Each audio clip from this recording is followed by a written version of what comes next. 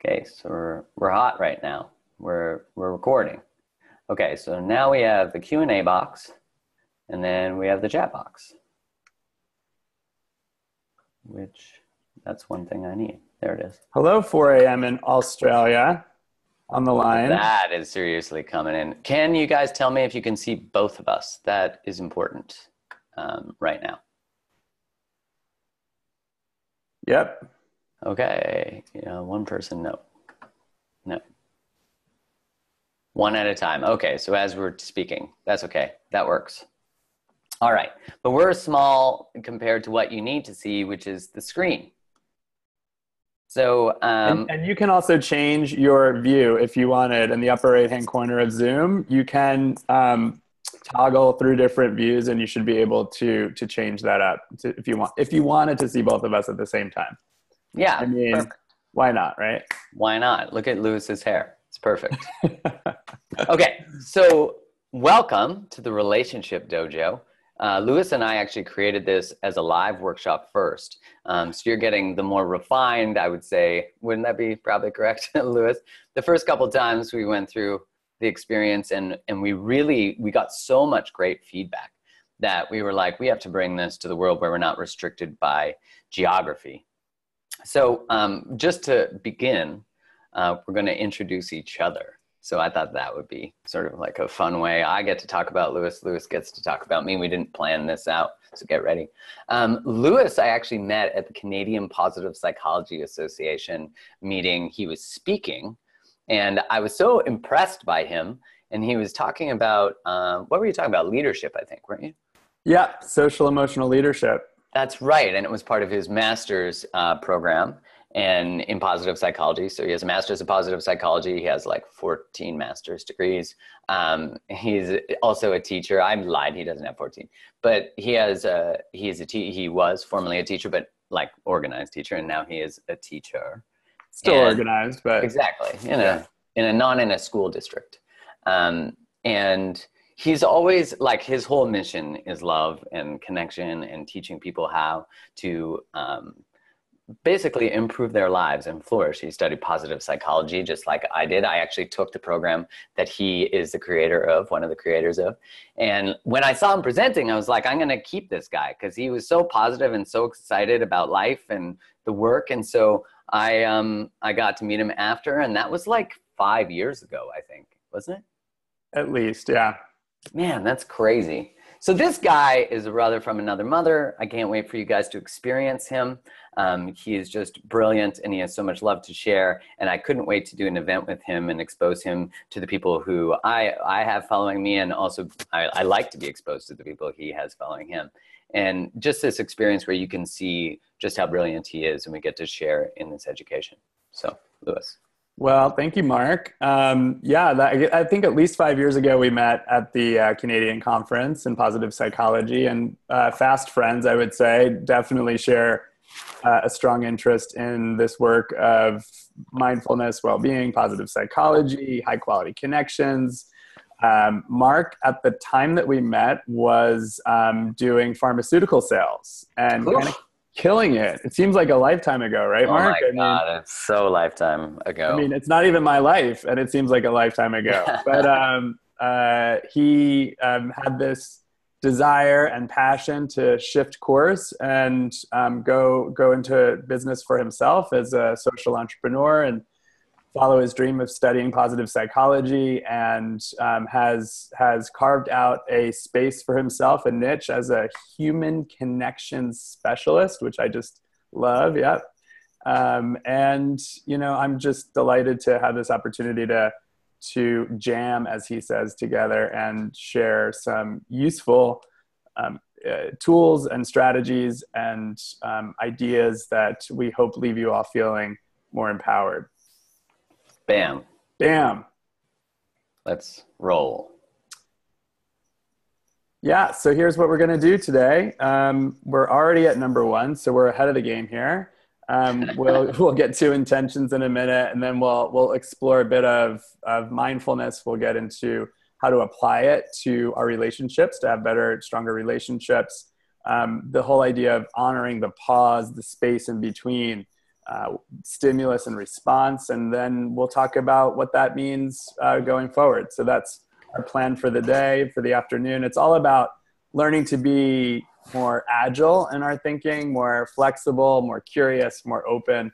So we hope we're starting from that place today. All right, perfect. We already did that. We're ahead of the game. And now, Louis? Yeah, so we are coming to this work with several assumptions, and assumptions are beliefs. Beliefs are thoughts. Thoughts you think a lot are beliefs. So here are some of the ones that we just wanted to put up front and share with you. This first one, we are never not in relationship. Again, meaning we're always in relationship. So even when we're not with other people, we're still in relationship with ourselves. And of course with others, with the world, with nature. So relationships, we are social creatures, relationships are the name of the game. So that's why this work is so important. The second one is everything is co-created. So I bring my stuff and you bring your stuff, and together, something happens. In some research, it's called the third entity. There's me, there's you, and then there's us, this third piece that makes everything part me and part you. The third is that there are patterns everywhere. And so we have to really beware of stuff that's happening in our thoughts and our brains and our nervous systems that many of which we've inherited really at birth from our biological parents. So patterns travel through generations. And so we can disrupt patterns, but that's where, we have to learn how to be more mindful. We have to be more aware. We have to actually see them in order to evaluate, hey, is this helpful or is it hindering? Do I want to change? The fourth is that all relationships are generative. So with this, we mean we're always where we need to be when we're there, even amidst struggle in relationships. And all relationships are trying to generate something. So even in the struggle, there's an opportunity to look at it from an aspirational lens and say, what's trying to happen here? What wants to happen here? And then the fifth is one of my favorites. Some of what I'm saying right now may sound like gibberish. In fact, I was talking to my mom recently and she said, Louis, generative is not a word. And I said, yeah, it is, Mom. So we realized that some of this might sound like gobbledygook or gibberish. And I think that's just the way, that this stuff works, is that sometimes it takes a minute for it to really sink in and make some sense. So I think let's go easy with ourselves. Let's just be open to the fact that we're all at different places of understanding, places of consciousness, and that's all good. If you have a struggle with something, or if we say something that doesn't land right, or even if it does land right, give us a shout in the chat box so that we know we're all we're all at the same spot. So if that sounds good to you, just put something in the chat box. Sounds good. Thumbs up. Tally ho, carry on. There we go. Thanks, Sheila. Great. Yep, good. All right. All right. Bam. So our intention. So to summarize our beliefs and what our intention is for today, it's to help you learn to honor the pause as we learn it, of course, too. To create and honor the space in relationships. As Louis said, we're always generating something, the third entity, but how do we create space in that? Thereby increasing mindfulness. You'll see we'll talk about that, which enhances emotional intelligence and leads to better all-round health, including relational health and personal well-being. We know that really having very satisfying, loving relationships actually does affect our bodies. So we really want you to be able to learn in the midst of a nervous system reaction, how do you actually learn to calm your nervous system so you use words that are connective? So with that said, we want to know. Yeah, what are your intentions for being here today? You signed up for something, and so there must be an expectation that you're coming with. What you expect, you end up experiencing. So it's really good at the start of something like this to get in touch with what your intention is. What do you want to get out of our time together? What would you hope that this webinar does for you in your life, in your personal life, in your professional life? And just kind of create for yourself a pause right now and get in touch with what's happening up here between your ears or in your heart, hopefully. And here we go. In the chat box, people are saying to learn how to better manage emotions. hoping to see what I might be missing in my communication style. That's great. Open kind of curiousness about what might be missing, how to increase emotional intelligence, to bring more awareness. Wonderful. These are great intentions. So I would say, let's stay mindful of what these intentions are. And as we go forth throughout the webinar, keep coming back to, why you came here today.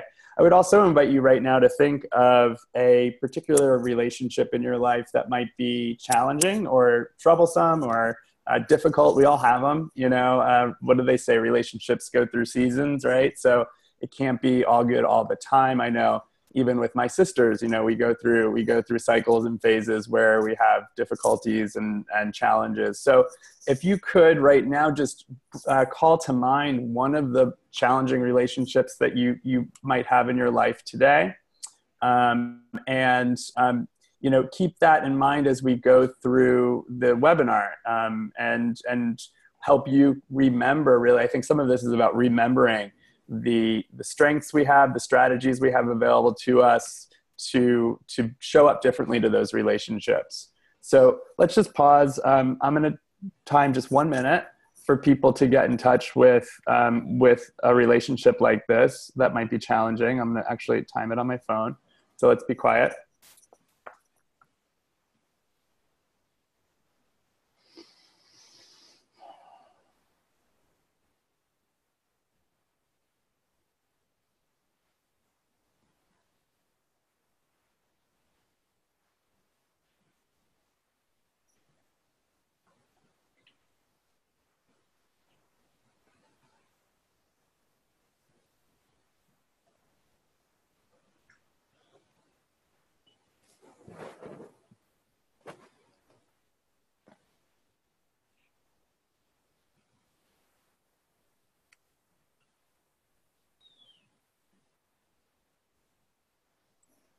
All right, that's a minute. So keep that in your heart as we go through the webinar content, and we'll circle back with some opportunities to try on to apply some of the strategies to this particular context that you've identified. Yeah, no, there was a couple of the intentions that caught my eye. One was not wanting to turn into an 8-year-old every time I get into conflict, and just be mindful that when we do feel, generally what we do in conflict is we regress to an age where there was sort of conflict that occurred that our nervous system goes back to. It's sort of, as Lewis alluded to or spoke very clearly about, is patterns. That's part of the pattern that our system recognizes. The other part is I want to be able to communicate emotions without hurting other people. Well, you can't choose for other people how they receive information. But what Lewis and I will bring you through is how to structure your language in a way and communicate how you might think you're feeling, so that you can maybe deliberately give better communication that's less triggering. But again, we can't take responsibility for someone else's side, but you're all here to take responsibility for your side, which is beautiful. So when we constructed this, we called it the Relationship Dojo. So first off, why relationship, right? And when you think of the word relationship, what do you guys come up, when you think of that word, what comes up for you? If you could just write it in the chat box.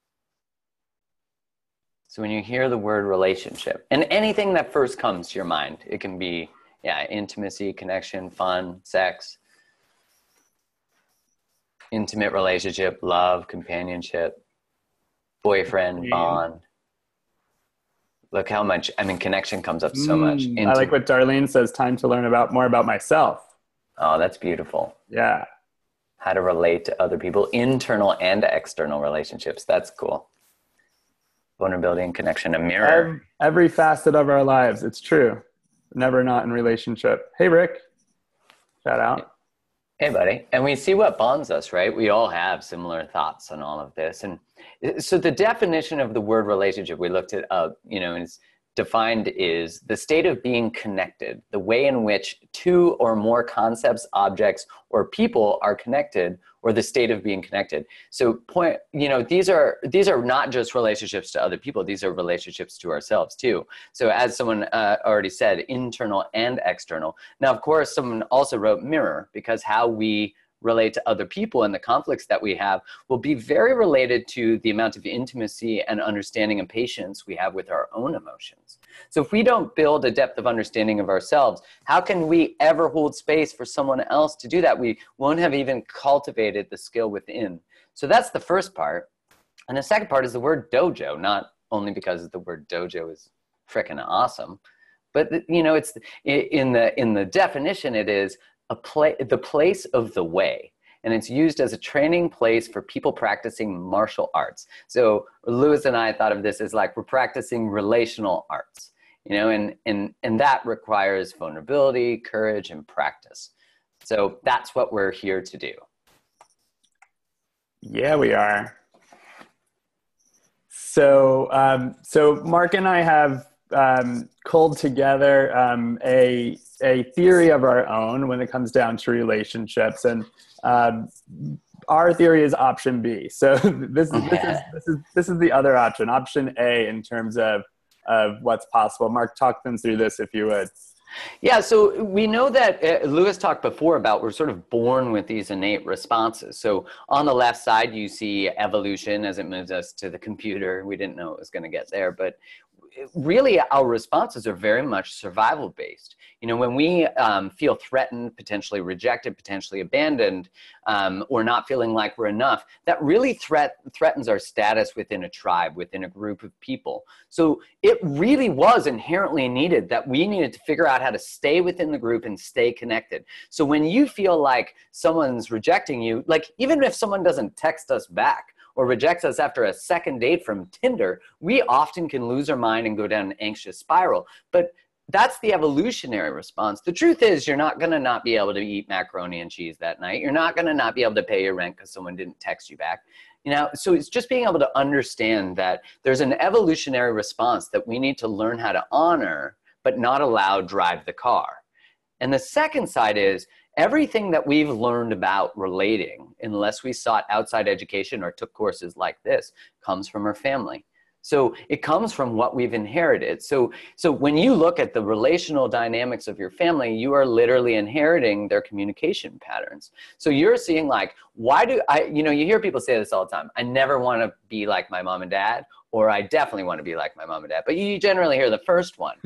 And I never want to fight like them. So what happens though is we somehow end up in relationship in a way where we actually handle conflict in the same way. So we want you to both in option A to understand that both of these exist. The work here is not about eliminating them because you cannot.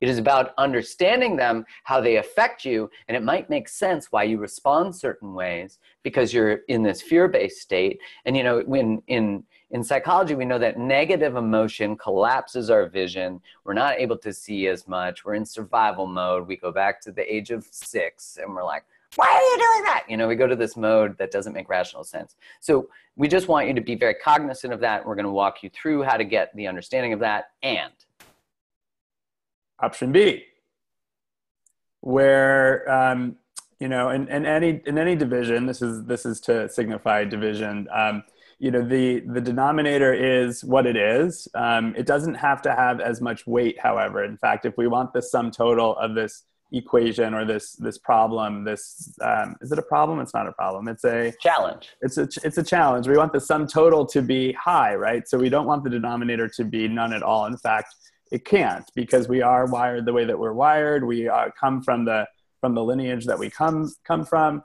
Those things we don't change. We just can overwrite them a little bit by learning some techniques. And so, Mark, you want to talk through some of the techniques towards the top here? Yeah, so as we're going through this, you're going to learn how to increase this state of mindfulness. And really this is, in John Gottman's research, he talks about it calling a sliding door moment. That in the moment between stimulus, I'm in this space, I'm reacting to, I now have the choice of what's going to come out of my mouth. We know Viktor Frankl has that beautiful quote, which is between stimulus and response, there's a space. In that space, we change our lives. That's so true. We have this opportunity to go through the sliding door and choose a different behavior. And if we don't, it closes. So we're going to give you this idea of how do you create more space between what you feel and what you say? between stimulus and response. And that also comes to, we're going to give you some tools and exercises in order to build that skill. And that's going to be not only just mindfulness, but we want to give you more understanding of your emotion, because this is all practice. So as Lewis said, it's not, we can't, you know, it's about shrinking the bottom. So it's not as, but it's always going to be there. It's not driving the car. And as we build the skills on top, they overweigh the bottom, and the bottom is still there. It's just that the skills on top actually learn how to integrate the bottom. So you want, I hear this all the time. Well, when is my wound going to go away? When am I going to heal it?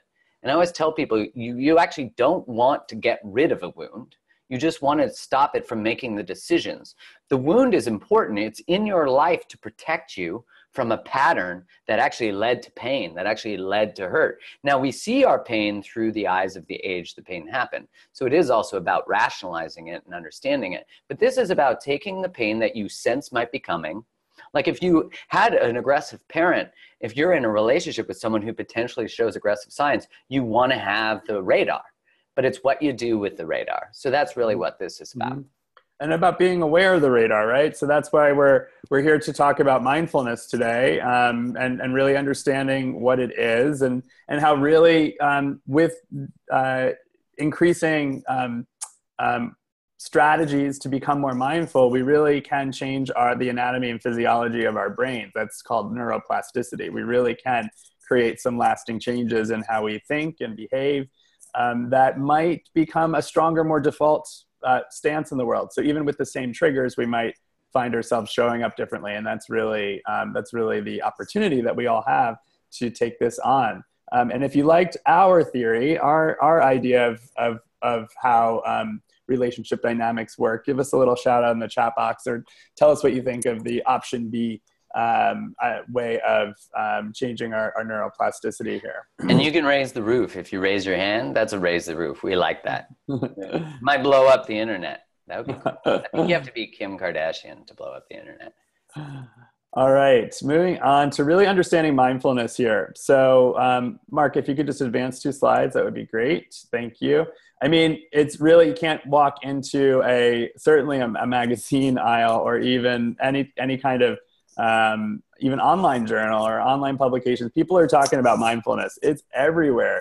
Do we really understand what it means, though? And that's what we want to talk about today, is really getting into the nuts and bolts of what it is. So this theory is called the IAA theory of mindfulness. I actually use it a lot in teaching about this work of mindfulness, because it really kind of parses out the mechanisms of mindfulness. And in psychology, we really talk a lot about mechanisms to fully understand the what of the construct. So the construct's mindfulness. It's age old. It's not a new idea. Certainly centuries of philosophers, theologians, exploring what this actually means. This really helps me understand it when I break it into these mechanisms. What's your intention? We started today talking what our intentions were. What are your intentions? It's really the compass of our hearts. What do we want to get out of whatever it is that we're working on? So if it's a webinar, what's our intention here? If it's a relationship, what's our intention here? And even more specifically, I'm having a date tonight. What's my intention for this date tonight? Or, I'm going in to have this difficult conversation with an employee. What's my intention here? So really, it's called segment intending. So whenever you find yourself at a new threshold of your life, literally you're walking through a door to start something new, what's the intention? Where's your attention? Where do you want to put it? Where don't you want to put it? Like really putting these things away and really saying, I'm going to put my attention here right now. This is what's most important. And I hear a lot from clients, especially in office settings or workplaces, where, you have to be really mindful of someone comes into your office or sits at your desk, like really giving them the attention. And then what's your attitude? The attitude is such an important part. And with mindfulness, we talk a lot about non-judgmental, not being judgmental. But in positive psychology, we know how important it is to stay affirmative. So if you're not being judgmental, what are you being, right? So here's some ideas. Are you being accepting? Are you being open? Are you being curious? Curiosity being such a big marker of positivity in the world. Inquiry over advocacy, being curious. And so here's just a way to think about mindfulness that is really helpful to parse out the mechanisms. The American Mindfulness Research Association defines mindfulness as the state, process, and practice.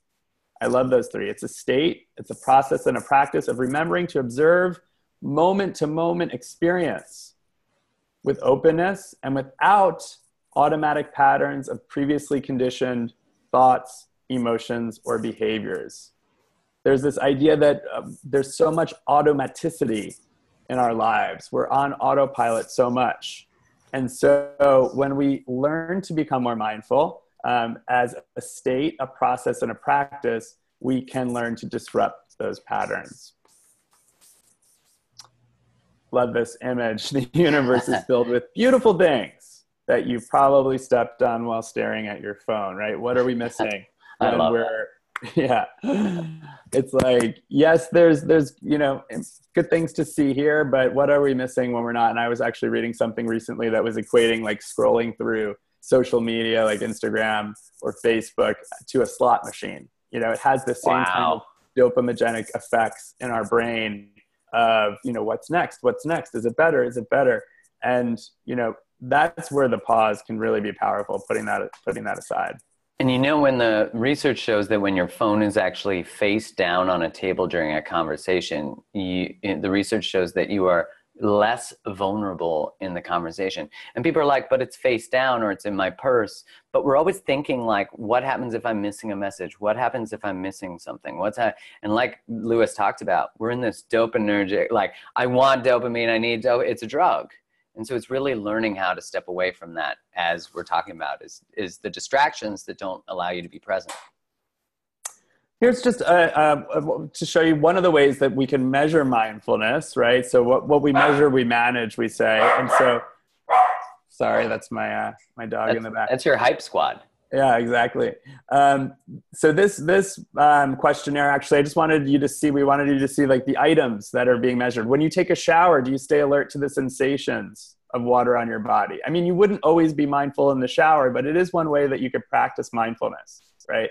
The second one, are you good at finding words to describe your feelings? We're going to get into that in a little while, because emotional intelligence is more than good and bad to describe feelings. We need to have a much richer vocabulary, nuanced. Acting with awareness, right? So are you daydreaming, worrying, like the image of the woman on her phone? Are you distracted? Non-judgmental, telling myself I shouldn't be feeling the way I'm feeling, or he shouldn't be, or she shouldn't be feeling the way that he's feeling or she's feeling. It's just honoring what is without that kind of judgment, without the reaction, without immediately reacting, creating some space. So you can see there's different ways to be mindful in these 5 items.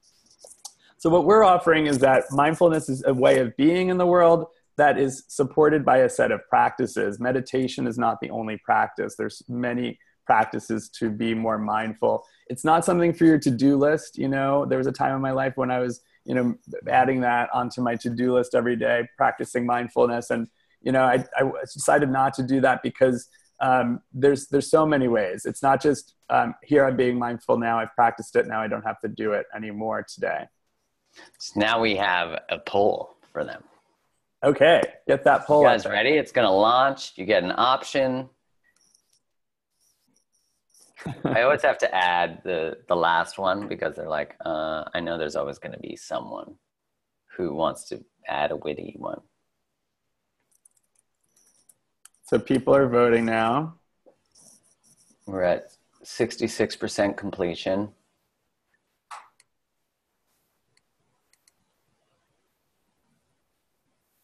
I'm like trying to vote here, and then I see down hosts and panelists cannot vote. So I don't get a vote. Okay, so we'll show the results in 5 seconds. Bam. Okay, you should be able to see them now. Do you see them? Okay.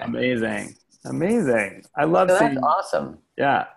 And even the people who say no, that's so beautiful that you now have the awareness of what you could be doing should you want to or choose to. Because what this does is, as Lewis is beautifully expressing, is it creates this space in your brain, in your body, in your head, in your nervous system, from reactivity to now thinking about it as this as this slide talks about, that you're starting to think about how you think, which is such a beautiful thing to be in.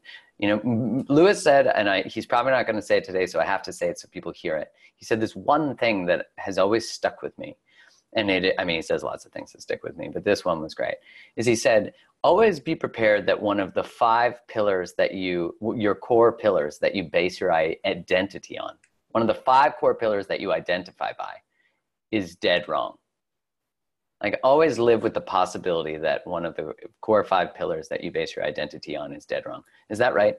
Of your belief systems. Of your belief system. Yeah. And it's so beautiful. Live your life with the understanding that at least one of the core pillars of your major belief systems, usually the ones you cling to most fiercely, are dead wrong. And I love that, because it shows that you can both have a belief and an understanding of life, and know that it might not be true at the exact same time. And that is actually what allows us in a relationship to say, I feel, your partner could say, I feel hurt right now. And most of the time we say, no, you don't, or I didn't do that.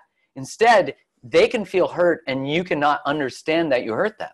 And those 2 poles can exist. So it's a really beautiful way to go with that Buddhist doctrine, which is always be a student, right? To always be learning.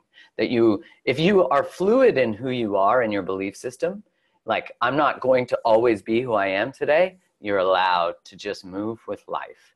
Like, you're allowed to say, you know, I was born Catholic, not by choice, but by birth.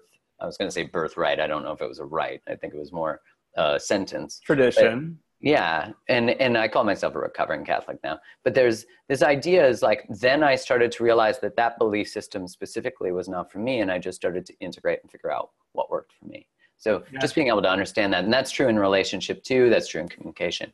So that's very Taoist, Mark. That's like the dojo here, right? It's like being able to be flexible, going downstream with the river, as opposed to the resistance that we could have.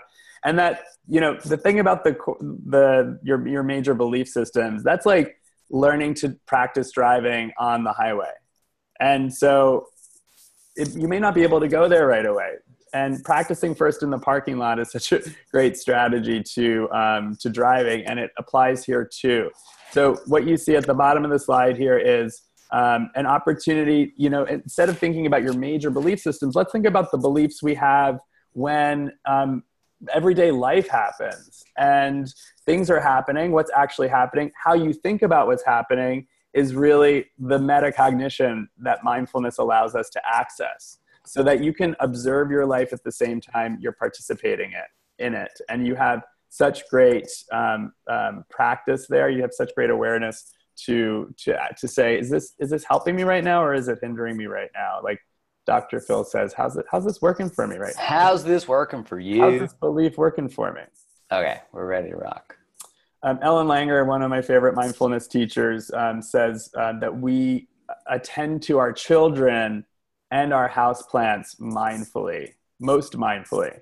In our lives, we see our children and our houseplants mindfully. So let's see in the chat function, what do you think that means? What do we notice about our children and our houseplants that makes it a mindful experience for most people?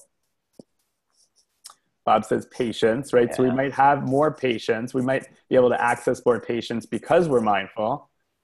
Focus, observation. We're more careful with them. Viewing growth. Yeah, so we view growth, and we view not just growth, we view any type of change. And that's really how this metaphor comes to life, is that with mindfulness, we're tended to the nuances of things, the changes, the distinctions, the ever slight changes in something. That's a mindful awareness, so that we could have that for ourselves when we're changing and growing and evolving. We could have that for others.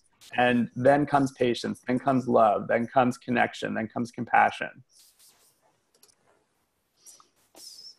So now we're ready to rock. What do we be mindful of? We're talking about all this mindfulness, goonity-goo-goo.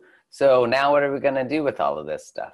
Well, we're going to dive into emotions, triggers, those patterns that we talked about, and a little bit about family systems. So when we think about emotions, you know, the word really is about emotions evoke motion.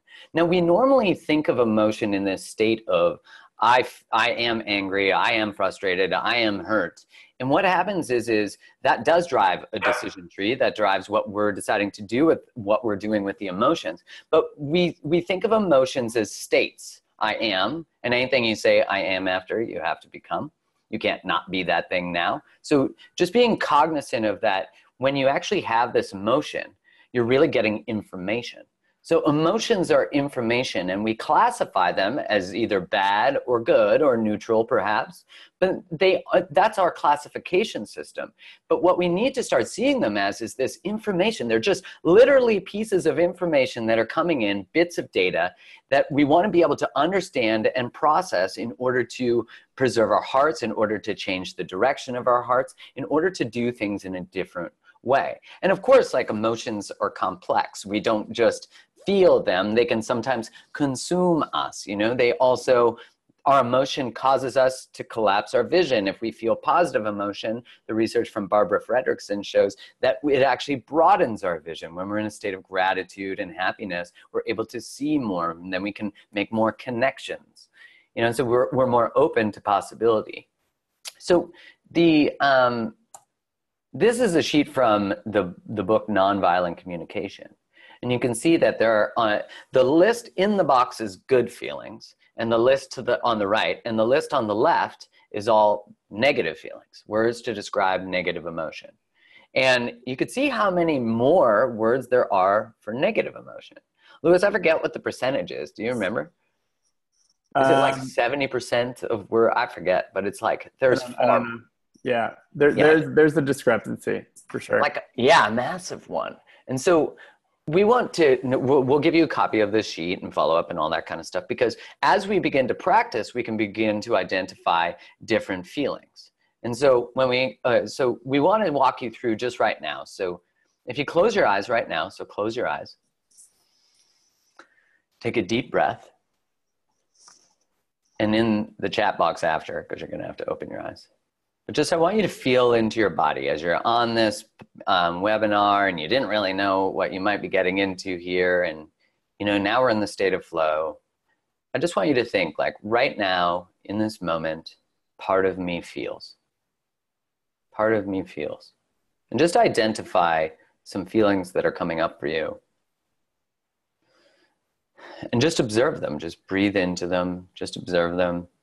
And maybe some are coming up that you actually didn't expect, anxious, excited. Anxiety and excitement can actually, they're, different views of the same emotion often.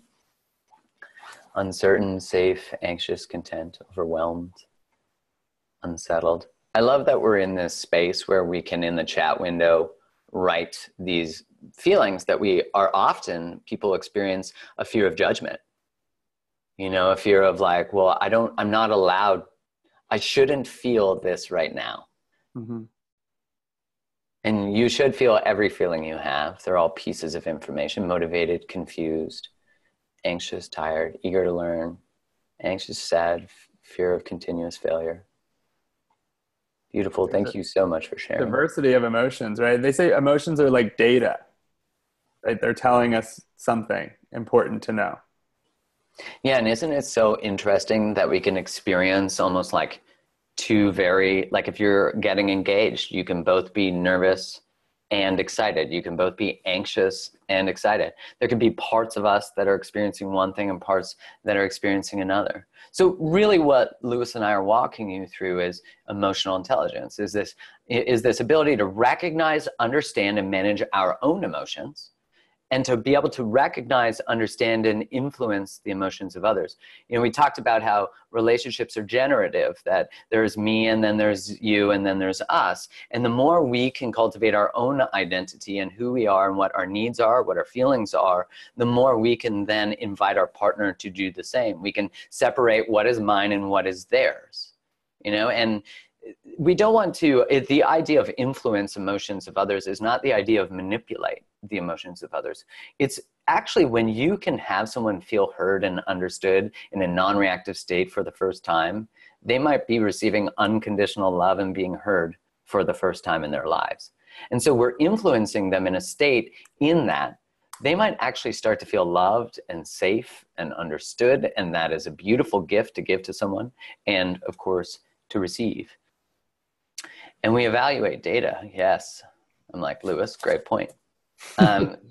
So this is a study from Finland. And what they had people do is they had them color in where they felt different emotions. So you could see like from the range of anger, fear, disgust, happiness, sadness, anxiety, love, depression, pride, shame, envy. But look at like what I find, depression, we often feel cold, we feel isolated. We know that feeling in our hands, our feet, our bodies. Anger and happiness are interesting in how they both sort of show up similarly in our bodies. But happiness and love tend to be sort of this full-bodied experience. And in shame, embarrassment, you see the cheeks light up from the heat of the red, of our cheeks turning red. I'm curious if the folks on the line can think back to what they just identified a few moments ago as their feeling when we closed our eyes, and if this connects to where you felt what you identified. Yeah, like where you feel it in your body too. I think too, as we practice more mindfulness and become more mindful, we feel more, and we know the nuances of where the feelings are as well. So this might not be available to everyone at first, or is it available to anyone always, right? It's like we go ebb and flow in and out of being mindful. So then we ebb and flow out of having the understanding of something like this, where the emotions may sit in our bodies. Yeah, and if you find that you have a lot of stuff sitting in your throat, then you likely have a lot of unspoken words, a lot of unexpressed feelings, a lot of unexpressed thoughts, all those different types of things.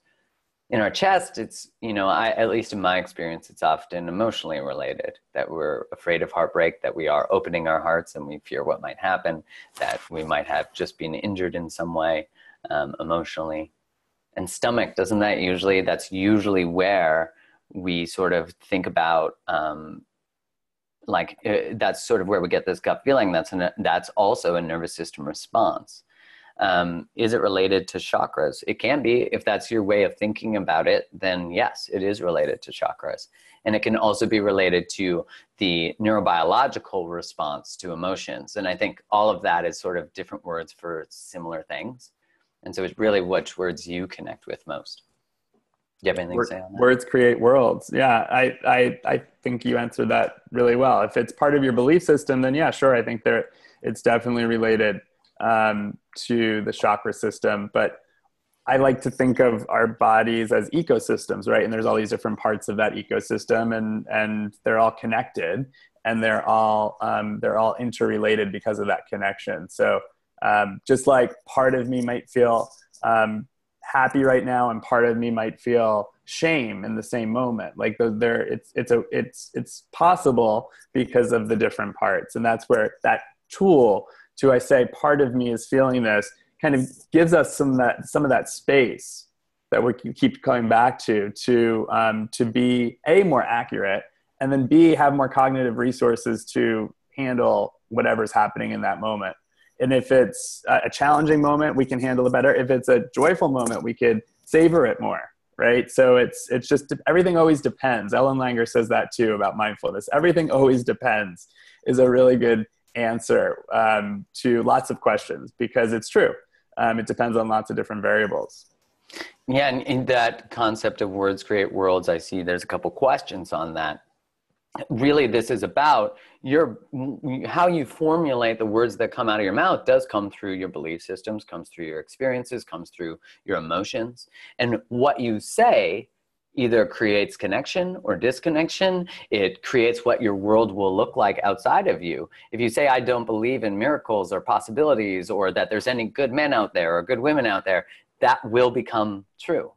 Because, we had you look at your intention at the beginning, because where you focus your attention is what you see, because we have a confirmation bias. The 5 core pillars of your belief system that Lewis talks about, that you will look for information that confirms those and not acknowledge generally information that doesn't. And so that's when you can hold 2 poles where you could say, this belief feels true because, but it also might feel untrue because.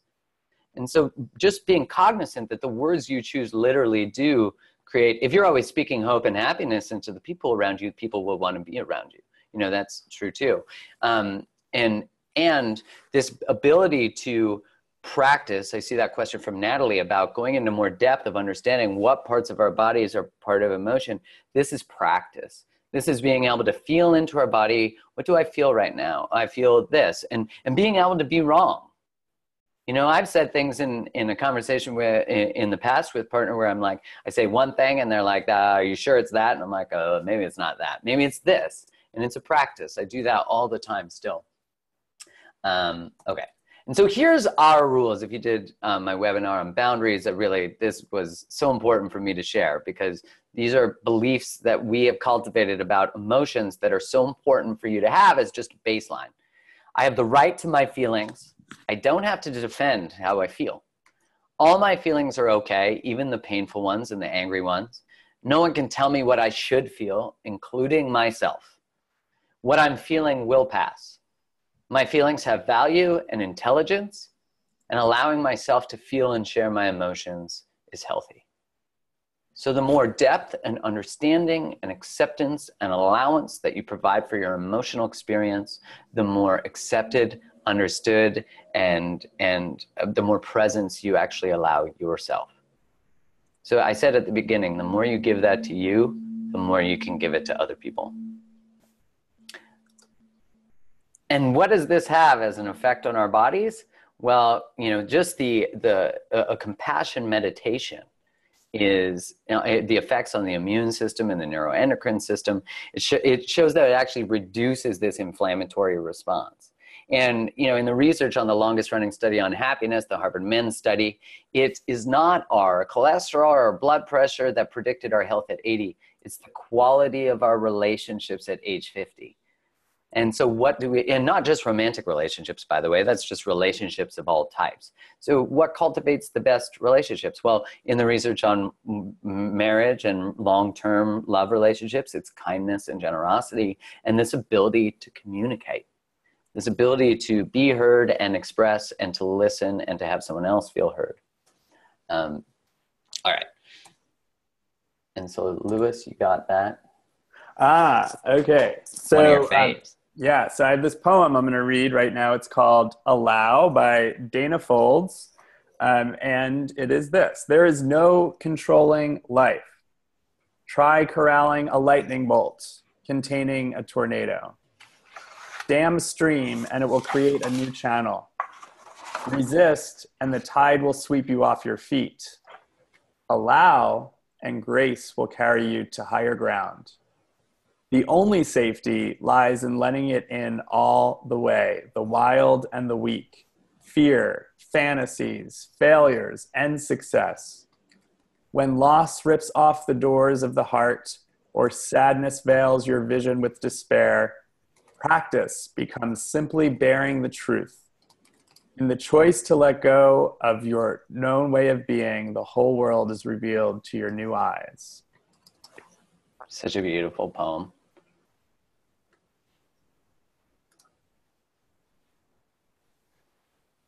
All right, so we're going to rock on honoring the pause. We talk about that space between stimulus and response. Now, what do we do with that pause? I mean, the first part is we know stuff happens, shit happens, right? You know, like it doesn't matter what, you could think life is just trucking right along and you got this idea how it's all going to go.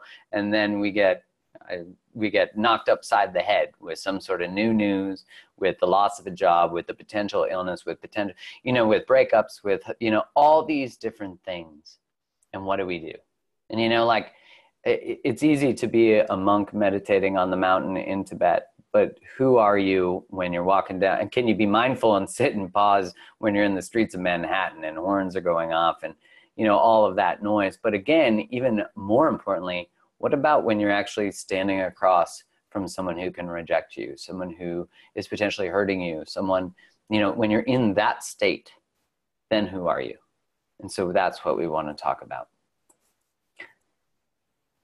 So these next few slides are a tool that will help you do that. So to think about how you think, I had mentioned this whole idea of metacognition, and really being able to see your life and play in it at the same time. And so when you develop more of that space, you can have more access to choice.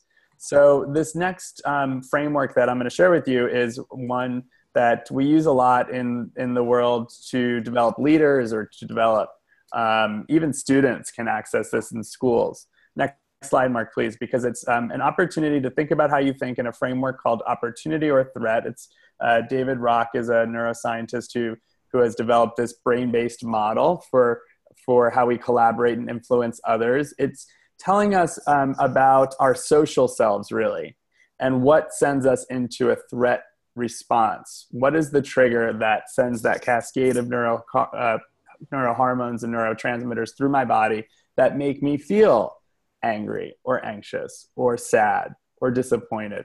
And so here's the deal. In every moment of every day, and there are 20,000 moments in a day that we can use this tool. We measure that by the amount of breath cycles we have. So 20,000 times a day, we're taking breaths. We're all making decisions, often below our level of conscious awareness. Is this moment a potential opportunity, or is it a potential threat? So think about it. I'm standing here in the present moment. Everything that's happened 5 minutes ago, 5 years ago, 20 years ago, it's all done. Cannot go in that direction, right? So the soonest we can kind of put a bow on that and kind of make good with that past. It's not that we have to say that everything happened was all positive or it all happened for a reason, but we just have to accept it, right? Non-judgmental acceptance of what is. It gives me more cognitive resources to stand here in the present moment and approach the future. So 20,000 moments in a day, I'm doing that because I'm going from moment to moment, going forward, going future oriented, and I'm perceiving what's about to happen before it actually happens. Is this moment a potential opportunity? Is something good about to happen? Am I approaching a reward? Or is something bad about to happen? Am I avoiding a threat? And that's it. You know, we are animals. We're either approaching things that are yummy or avoiding things that are icky. That's what we're spending our lives doing. And this tool, this framework really allows us to understand how we're thinking what's going to happen before it actually happens. So this next slide tells us what actually sends us into a threat response. This SCARF model really parses out the different mechanisms that send us into a threat response. So the first is status, right? When there's a perception of a differential in status, if someone says, because I'm your boss, that's why. Or this happens to me a lot in customer service situations where, you know, sometimes I perceive that I don't have the status to get what I want, right? So that makes me, you know, feel a threat response through my body. It's not a pleasurable experience. It leaves, you know, a physiology of not feeling good. And then, you know, my behavior after that kind of physiology, Mark was mentioning before, is really narrowed and focused. It's not my most expansive, best self, for sure. Certainty, right? When we're not sure about what's about to happen next, there's a threat response through the body, and that's cortisol. It's a stress hormone, and it's there to protect us. We've evolved for that to be an adaptive advantage, but not always, right? Because sometimes we can be in a threat response and we don't really have to be there. Autonomy, right? When we perceive not a lack of choice or no freedom, what I say doesn't matter, what I feel or think doesn't matter. So when we perceive that there's a lack of that choice, we go into a threat response. Relatedness, right? And this is the number one reason people end up in therapy, is because there's a problem with their relationships. Again, we're never not in relationships. So when we perceive that there's a problem in a relationship, and you know, it could very well be that that's the reality too.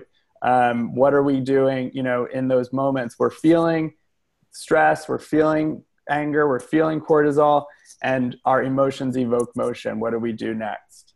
And fairness, when there's a perception that something's not fair, when it's not right, when it's not just, there's a challenge there then with how we're feeling and how we're behaving. So this SCARF model just tells us, you know, that there's certain moments in our lives when these things are jeopardized, that we are sent into a threat response. And when we're there, we're feeling anxious, we're feeling scared, we're feeling nervous, we're feeling disappointed.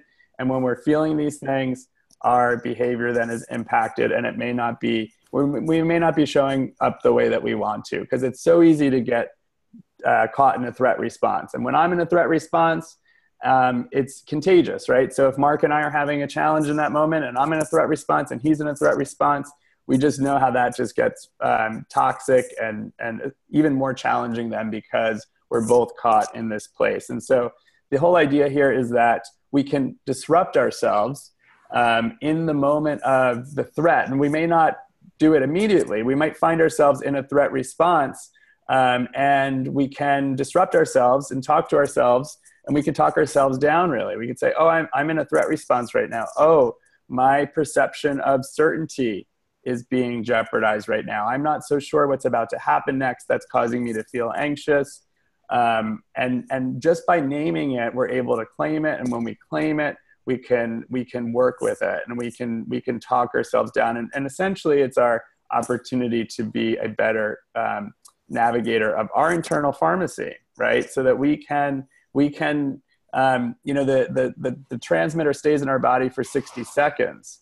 So once it's released, it's released. But the reason why we keep feeling bad for longer than 60 seconds is often because we're looping a story through our heads, a narrative that may not be fully true. In fact, we're not going to get into all of the biases on this call, but let's just say that there are hundreds and hundreds of biases that cloud how we think. And one of them is the negativity bias, and it's a real thing.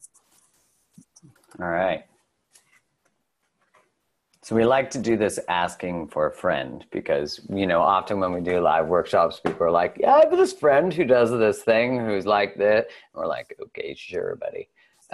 So we want you to think about this situation. I've been dating someone for 2 months, and I'm waiting to have the conversation about our relationship status. Part of me feels anxious. Why? And so what part of us is feeling jeopardized? When Lewis went through that SCARF model, I'm just going to launch a poll. So this poll is asking, what part of the SCARF model, status, certainty, autonomy, relatedness, or fairness, is being triggered? And you can answer more than one. So there can be more than one that goes off. And often they're overlapping, for sure. Yeah. How many people have voted? Right now we're at 40, 50, almost 60, 61. We'll give it another 10 seconds. People who aren't voting are probably making a smoothie. Okay. I'll just end the poll in 5, 4, 3, 2, 1. Okay, so here are the results. Certainty, yes. So 28% said status, 89% certainty, 23% autonomy, 62% relatedness, and 7% fairness. And all of you are right. Truthfully, all of you are right, because it's all about how the lens of what's threatened for you. And in some way, all of those things can be threatened by the status of what the relationship is, how I relate to the other person, certainty of what's actually going on with us. Are we actually creating the story we both want to create together? Am I opening my heart to someone who makes me feel safe? And then autonomy. Am I losing my autonomy by entering relationship? Or am I actually even losing my autonomy by having to have the conversation? Why are they not having the conversation with me? Relatedness, obviously how we are structured again with the other person. Are we potentially going to lose the relationship? Are we going to gain a relationship? And fairness, it might not feel fair. It might not feel fair that we have to have that conversation. Or we might even go to that bias of, why do I always have to have the talk? Why is it that no one asks me what the relationship status is? Why is it that I find people who don't want relationship? There could be all these things. Do you have something, Louis? Yeah, just uncertainty, it was overwhelming response for most people on the line. And certainty triggers our sense of safety and trust in the future, right? So when that's triggered for us, and listen, we're living in very uncertain times, right? So it could be that that's operating often on your operating system in your bodies. But in this particular example, certainly when you're not sure about what's about to happen in the future, it does threaten something for you. And actually, one of my little tricks for this in this moment is just to affirm for myself, I am safe, I am safe, I am safe. And as that is true, then that might help in those moments of unsureness about what's about to happen. And as Lewis said, that we are also in that state where on a subconscious level, we're doing this analysis and this dance. And so the amygdala actually within a fifth of a second decides if something is an opportunity or a threat. So on this, it's below the surface level, you've already decided. And that's why when we're in this state, we can observe what's being, identify the thing that's being jeopardized and be able to recognize, is this actually true? Is this true? Is this positive? Am I actually going to lose my future because of this? And of course, the answer can be yes in some part. Okay, so we're good with the poll. So damn triggers. I mean, triggers are everywhere, right? Like we said at the start, like life throws you lemon and you're supposed to make lemonade. Maybe life throws you lemonade and you're supposed to drink it with vodka. Just kidding. You don't have to do that. But the work-life balance is a trigger for us. Time management, we feel stretched. We feel, scheduling, obviously part of that too. And it's diet and exercise. How do we get balance in that? What about even our bodies? Time alone, autonomy, the ability to just have our own thoughts, our own feelings. Change can be a trigger, a massive trigger. Because whenever we're thrown into this state of uncertainty with change, we can ruminate. We can get into this place where our different parts of the SCARF model are running stories and beliefs and biases, as Lewis talked about, and conflicts. Conflicts are triggers for us, and they can seemingly be not big deals, but they are big deals to our nervous system, to our evolution.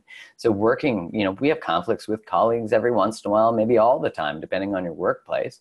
And, this can happen from working with people from diverse backgrounds, supervisors and authority figures, and conflicts at home with family and friends, and, also with our partners and our kids.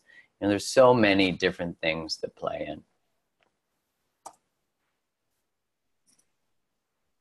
And so what are your triggers? When you guys think about these things, what are some of the things that trigger you? When you think about the SCARF model, usually I find that we have one that's a little more sensitive than the other ones. There's usually one that's a little more, for me, certainty is a big one, and relatedness. Relatedness is a big one for me. So when you think about it, what is one that is, for you, maybe one of your biggest triggers? Relatedness and worthiness, certainty.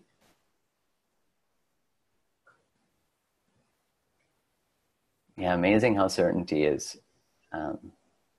Uncertainty, or the fear of the lack thereof, is also one of the things that doesn't allow us to pursue new things that are the unknown. It allows us to hold. Needing to be certain often has us hold on to a life we don't even necessarily love, or a relationship that we don't necessarily feel, that we flourish within, because we're certain that we have something, and that's better than the uncertainty of what could happen should we let go. Do you have anything to say on that, Lewis? Just that, as going through the model, most of it happens below our level of conscious awareness, as this shows. So, we give ourselves the permission to be human because we're not alone. Chris, who said, he mentioned status being his, and he said, I hate to say it, but status, but no, I mean, this is part of who we are as humans, right? We've evolved in this way, and we have to work with that. We have to, realize and become aware that this is operating for all of us. And even though you're identifying what might be more your trigger than not, trust me that these are all operating for all of us, and that they often overlap, right? So status does overlap with certainty. Relatedness does overlap with fairness, and it's nice to be able to say what it is. But again, everything always depends. So it would be different in different contexts, different variables. And so it's just a good tool to have in your pocket, so that when you do find yourself triggered, when you do find yourself in a threat response, just talking to ourselves. Natalie was mentioning that she often finds herself in a state of threat from the beginning of any relationship, right? So she said, she asked, do you have any suggestions for that? And I said, I try to remind myself a lot that I'm always where I need to be when I'm there, right? So I'm at this place, I'm on this date with this person, and just being more curious, being more open and vulnerable to that curiosity, and trusting that if it's what does they say? If it's the right person, you can't say anything wrong. If it's the wrong person, you can't say anything right. I like that. Right? So it's about trust. It's about faith. It's about, making myself certain that in this moment I am safe. We are safe. All is well. And that becomes a little trick too, this little nuanced trick from moment to moment. In this moment, all is well. Right? So we don't have to create this hypothetical, what if everything were to go wrong? Because we don't often create the hypothetical, what if everything were to go right?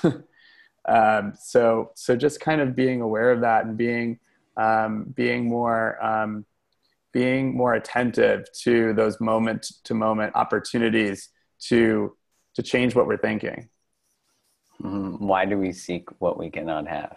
Because that is the curse of the human spirit, isn't it? Sometimes it can be that and that is also a status thing.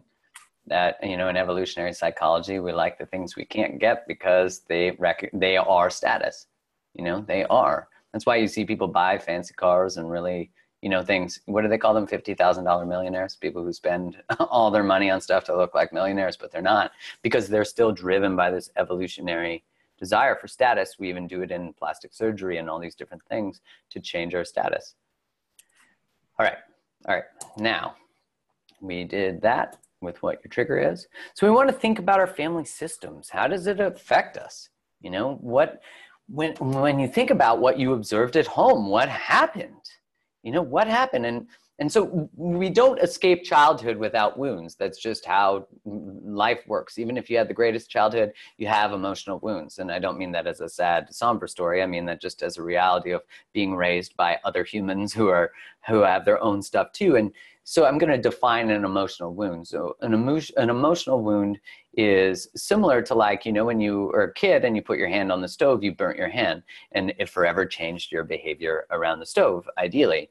And so the same thing is true of emotional wounds, that you burn your heart through some experiences, through communication, all these things, with family, with culture, with religion, with all of these things. And what happens is we then change our behavior around love, around communication, around openness. We're sort of born with this beautiful open blueprint generally, and we learn ways to protect ourselves from being hurt and to protect ourselves from in conflict. We're learning how to actually avoid rejection and abandonment and not feeling enough, but in a way we're sort of creating it, because the very things we do to stop it, we sort of cause. So it's what I mean by that is, you can have someone who's not messaging you back, and so you'll message them because you fear being rejected, but the over messaging causes rejection. So I just start to see that the very things we fear, we tend to create. So I want you guys to just think about and just close your eyes for a second. So I just want you to close your eyes. And I want you to think about, what did you observe about communication as a child? What did you see as a kid? When you saw parents interact, or any family members, or even people within your community or your culture, how did people handle conflict? Did they? Did they talk about hard emotions, or did they avoid hard emotions? Because even if they didn't talk about the tough stuff, that's a message. We don't talk about the tough things. Did they share emotions? And just being able to see that even if we didn't share positive emotion and hug, those are all messages. It's not safe to share how you feel. And you see what happens is how we observed it, is how we sort of believe is the pattern of the world. So if we were to share our feelings, and we saw when our mom or our dad shared their feelings, the other partner left, got mad. That's why we might, as an adult, look for why we have a hard time sharing our feelings, why they get stuck in our throat. Or if people shared feelings, do they only share them at high volume in high conflict, right? So then we might be afraid to, because we're afraid of this massive amount of reactivity. So just beginning to think about it. This is non-judgmental. You know, we have to begin to think about where, you know, when we look at our partner, they're the children of parents too.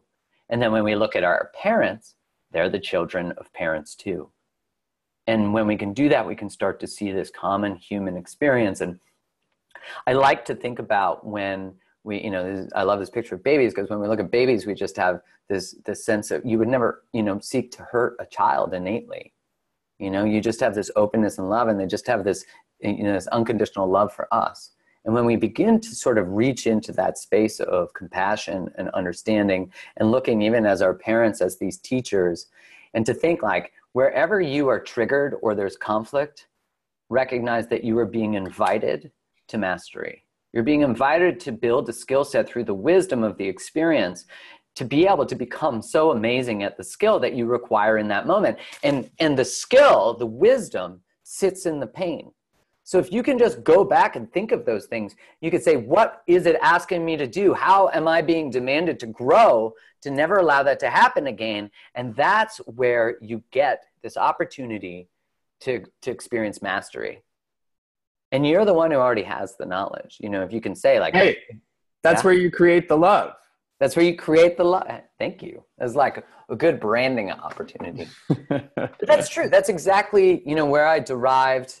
I'm so glad you jumped in there, because that's where I derived the idea from, is like, we are so busy waiting for someone to love us, waiting for someone to do something, that we're not actually creating it ourselves. So, you know, we talked earlier, it's so beautiful to give this space to someone else to say, like, you know, Lewis said, the wrong person, you can't say anything right, and the right person, you can't say anything wrong.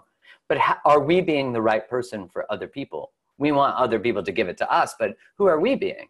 Yeah. Well, I think too, that's where you choose love, right? You know, I have that tattooed on my body, and that's like opportunity or threat, love or fear. That's what that model, you know, comes down to. Are you choosing love or are you choosing fear? When you choose love, it expands you. When you choose fear, it contracts you. And it's more choice than we think it is, right? We have more choice than we think. Yeah, and to think that as we create this space between stimulus and response, this is this opportunity for us to now see like love or fear. Now, we don't want to bypass things like anger and grief, because anger and grief can both be love too. They are, you know, different ranges. It's aggression that is confused as anger. But anger changes worlds. Anger stands up for yourself. Anger says no more. And it says, I'm moving in this direction. So don't bypass the feelings you don't think you should have, and start to observe them and ask them questions and use them to change your life, to change your choices. So this is a question that I usually pose this question on every workshop I do, because it's so key in that I have found in the work that I've done now, I mean, I've asked this question well over 1,000 times. And the answer I get to it shows, you know, it's this beautiful, I'll show you. So if you think about it, what I wanted most as a child and didn't get was. So think about that. What I wanted most as a child and didn't get was. Now, the answer that we'll usually have is, I didn't feel understood. I didn't get love, compassion, to feel heard, to feel safe. You see acceptance, to be loved unconditionally. Attention without having to outperform my siblings. Approval, to be seen, heard, right? And see how we all have very common experiences. Now, what this does, because a child in the first, 7 years of life is basically understanding how the world works. We are building a web of understanding of how to be a kid in our community, our religion, our culture, our family. We're learning who we need to be in order to be loved by those around us, in order to feel safe. But in a lot of ways, we're also creating characteristics of ourselves that are not actually us. And we're doing that from a survival perspective. But in the first 7 years of life, we are also in this state of, and I'm going to use the word narcissism, because the world is about us. If we don't get fed, if we get hurt, if our parents get divorced at 5, we go, they did it because of me, because the world is about us, till we start to individuate as adults, or sorry, in about 8, 9, 10 years old, where we're building our own identity, our own thoughts. And so it's really being able to recognize. What I find is that when people get into relationship, the answer to this question will be the thing we generally do not get from our partners. And it will also be one of the greatest triggers in our SCARF model. And so when you look at this, this will usually be a very sensitive thing for us. And what happens is it's really crazy, right? Is we are attracted to and pick partners who wound us in the same way as a parent who wounded us the most. Or we go to the opposite. So if we had a parent who was never around, abandoned us, left, something like that, alcoholic, we then will choose someone. We might pick someone who's unavailable, but then the opposite is we pick someone who's maybe overwhelming, anxious, controlling. And so we go to the opposite end. Now, of course, balance is found in the middle. Now, remember, it's not just them. You're also wounding your partner in a similar way that they were wounded by a parent. And so you can grow and learn together. I said that what can happen is we pick these people because we're inviting mastery. What is happening, though, is the child mind is saying, I'm going to find people who wound me the same so I can finally get the thing from them that I never got from my parent, instead of giving it to yourself. When you start to actually give yourself presence, your self-understanding, your self-unconditional love, all of these things, you take away the work from other people, and you take away their job of having to heal you, the secret job they didn't even know that they were applying for. And when you get to that state, you allow your partner to just love you. And there no longer is their work having to make you happy, having to heal you, having to do. Now, it doesn't mean that our partner's job isn't to give presence and understanding and all of those things. It's really being able to recognize that your healing always comes from you first. And you have to give yourself the things. Stop waiting for the knight in shining armor. Stop waiting for the person to save you, and just save yourself. And then you'll start, because I call that wound chemistry, that we're attracted to people who wound us in a certain way till we learn how to pick different people, right? And when we see that, like when someone's a 10 on attraction, we usually are like, we can't even use our brains. My dad used to say when I was in my teens that I didn't have enough blood to perfuse both my organs, that I couldn't use my brain and my, I don't know what the right, dong at the same time. So it's really like if someone's a 10 on attraction, you know that you're likely not going to use your brain anymore, right? So just being able to recognize that you actually do get to choose what's good for you. You do get to change patterns. Sorry, I can go on a rant about that shit all day. All right. Now what? Now what? Right now. Instagram page. Right. Now what? And I think too, Mark, considering that we are healed, you know what I mean? Like we're on this journey, but I think, you know, what trips some people up is waiting, you know, for that time when the healing is complete. And I think something, you know, to keep in mind or to try on even is, you know, what if you were to assume that you are healed? You know, someone had mentioned that they have a hard time accessing those childhood memories. I do too. And then I remind myself, if I need to remember something, I will. Or if I need to know something, I'll know it. Right. So I think a lot of it is just kind of putting the locus of control, we call it in psychology, back into my own heart, that I have everything I need. I am whole, perfect, and complete exactly as I am. And although I'm on a journey of working some stuff out, I can still assume, believe, expect that it is done, right? That I have what I need, that I am where I need to be, that I'm with the people that I need to be around. And as you were saying, these mirrors are so great to show us what we need to see. Yeah, and I actually forgot, so I'm glad that you said that. I forgot that whatever you wanted most as a child and didn't get, we internalize that. I said that.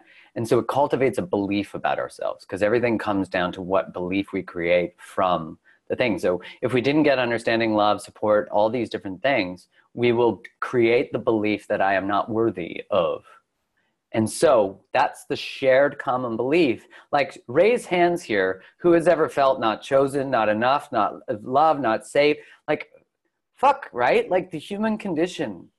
What connects us is not perfection. What connects us is this fear of disconnection, this fear of not being enough. Even what makes us reactive is a fear of unworthiness. Even when someone was asking the question, my partner is actually really great. I have a hard time receiving their love. I'm the one with the fears and the anxiety. Hey, welcome to the human club. We all are. And there's a sentence that if you complete it, you can start to see what you might be avoiding.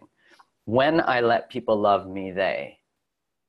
And so if you have a hard time receiving love, recognize that we all have this shared common understanding, most of us, that I'm not worthy of it. So when someone actually is ready to love us at a different level, we might not be able to receive that. And so we might sabotage it. We might try to get in the way. We might not pick great partners. We might not believe it when they tell us that they love us, or even when they actually show us love in a certain way, we might reject it or not even be able to say like, oh, thanks for the gift. We like feel icky, right? So just being able to start to see that we need to lean into receiving from good people, allowing, there's always a part of the story that we've been to where we've been hurt. And most of us love to that edge. And we stay safe in that edge, picking people who aren't good picks, picking people who are just out of relationship, even picking people who can love us, but then not being able to see, well, maybe I'm not attracted to this person anymore. Maybe I'm not. We come up with all the tricks of the trade. Okay. Louis. So how do we karate chop? Yeah. There you go. I was waiting for the vocals. Conflict into connection. So now we're gonna talk about first really needing and remembering that you want to do this, right? You gotta wanna is really the point here. That when you want to create more connection, you intend on it, right? That's that whole mindful idea of setting the intention and then practicing around that intention and really expecting the best, that something is trying to happen here. We're trying to generate something in this relationship. So the next asking for a friend is an example. It says, so I'm anxious when I think about speaking to someone I'm dating about our relationship status. I have the awareness. I want to feel differently. Now what do I do? Right? So you feel the anxiety in this particular trigger. I'm needing to talk to someone about our status. Kimberly says to breathe, right? So that's a really great mindful strategy to just kind of put yourself in the present moment, focus your attention on your breath, down regulate what's going on in your body, right? We can apply the brakes and put on the parasympathetic nervous system simply by focusing on our breath. Darlene says, I prep myself to be okay with whatever the response might be, right? So trusting that everything is working out the way that it needs to or the way that it should. What else do we do in this moment? Meditate and let go, right? That's the whole idea of surrendering and letting go is a beautiful spiritual concept. Trusting the universe, Kelsey says, right? How about visualizing the best possible outcome, right? Because our tendency, like I said before, is to visualize the worst possible outcome. So when we put it in perspective and we go to this worst place, let's go to the best place, and then we can end up at the most likely place, somewhere in the middle.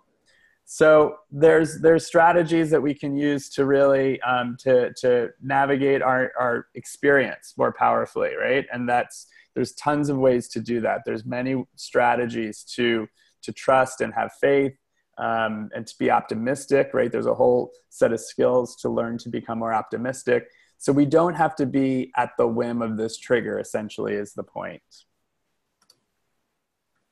So much going on all the time, right? We're thinking thoughts all the time. And so it's noisy up there, right? And when we go inward, we have so many concerns about what's already happened. We're ruminating on the past. We're catastrophizing the future.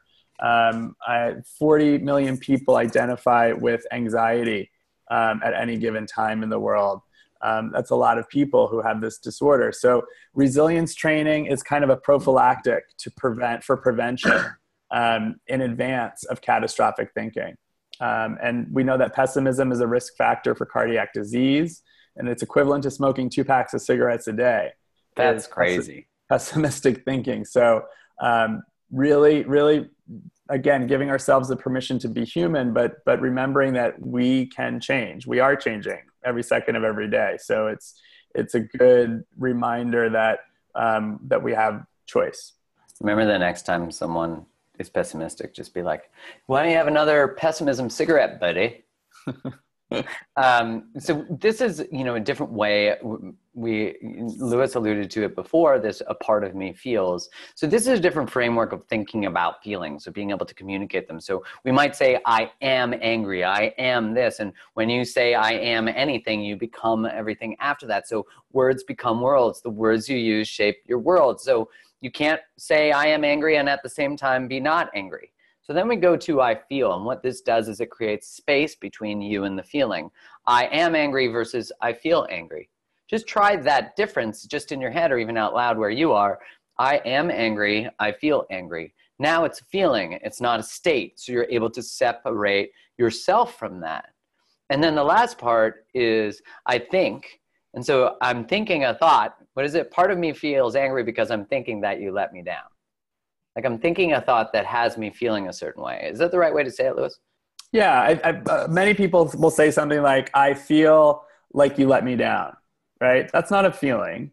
I feel disappointed and let down, right? And then making it specific to the context of what's happening in that moment. But really being able to parse out some of these nuances here. I am this, I feel this, I think that. And our thinking is really where the power comes in to alter the feeling and alter the state of being, the I am. Yeah, and you'll find too, like when you go to this space of "a part of me feels," then you actually can separate yourself from "I feel angry" to "a part of me feels angry" and "a part of me feels." So you create more space within you, within your body, within your head, to actually not just be one thing. You can have like 10 feelings at one time. Like you can have all these different feelings going on, but it's like, which one is driving the car? Which one's choosing? And you get to decide. I think of my brain being like a computer, and then it's like, I'm in charge of what happens, not the computer, right? Like we have to take over how we operate and not allow the passive subconscious messages and things that are happening to drive the car.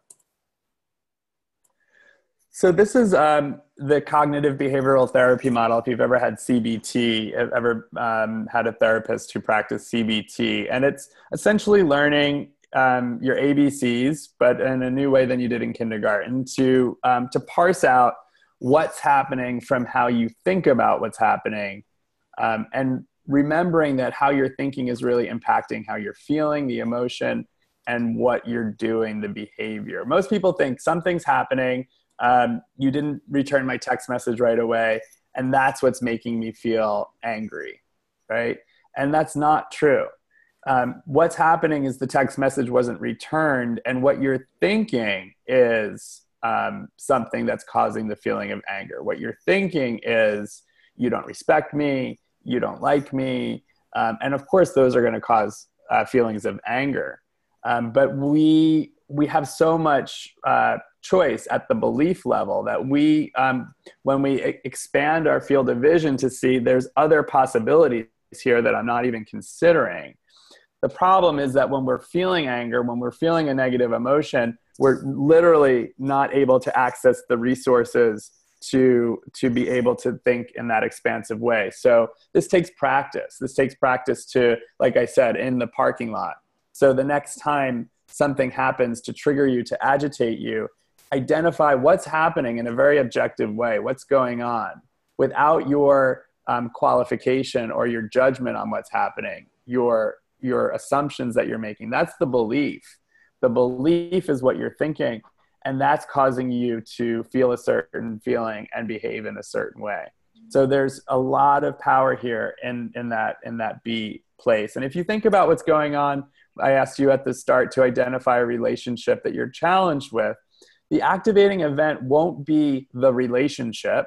The activating event will be something very specific that's happening or has happened in the relationship. So something specific might be the dishes weren't done and you asked someone to do the dishes, right?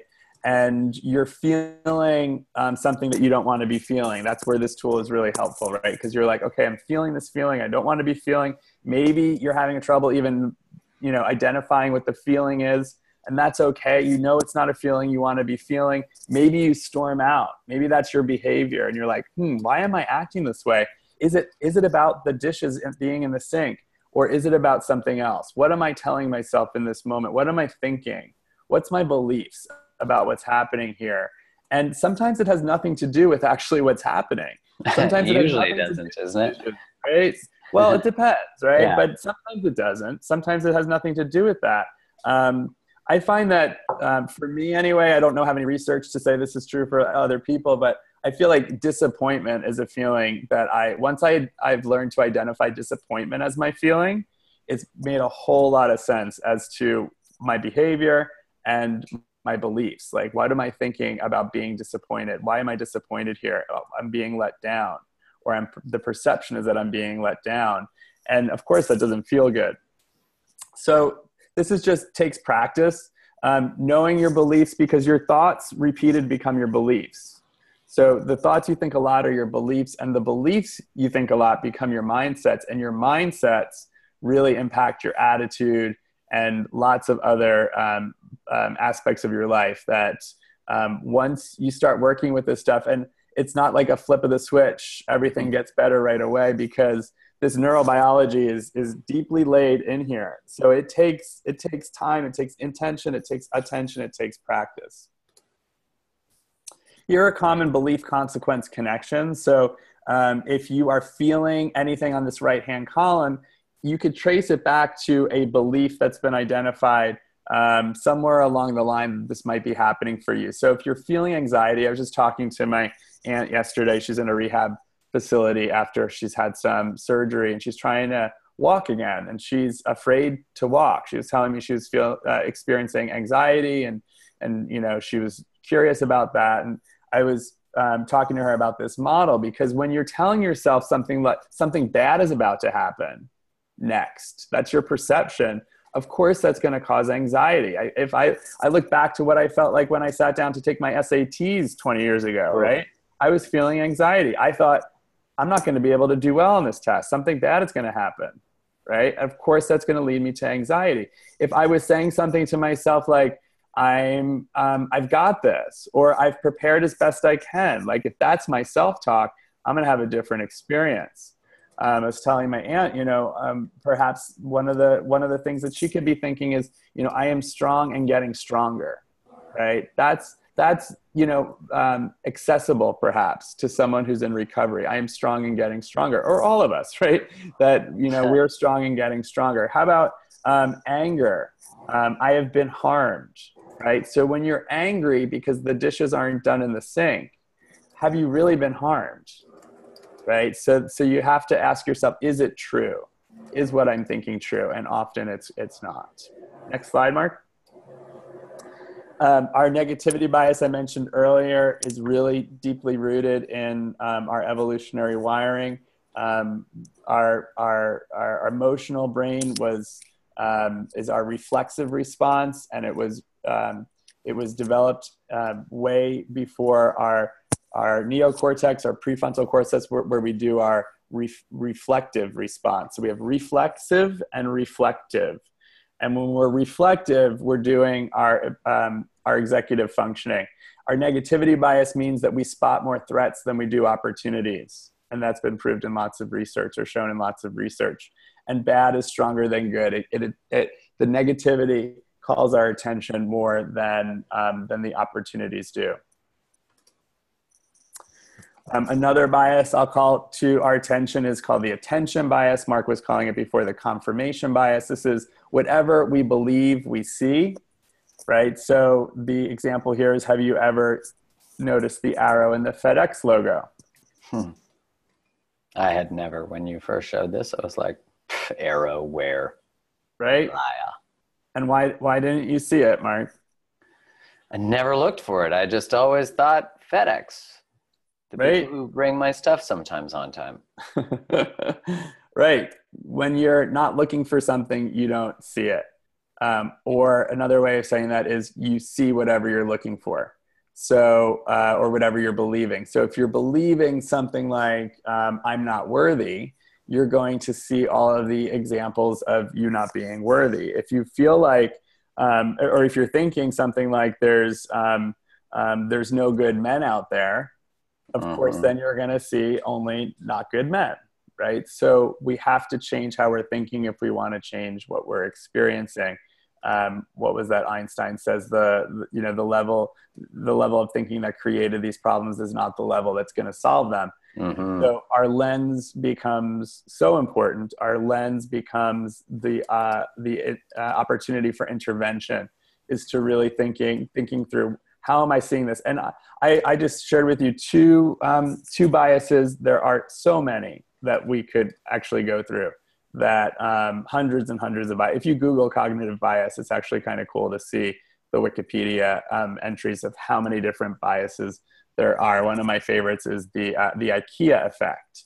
The IKEA effect is that we tend to evaluate things that we've put together ourselves as more valuable than things that we don't put together ourselves. Like there's damn IKEA, that's so smart.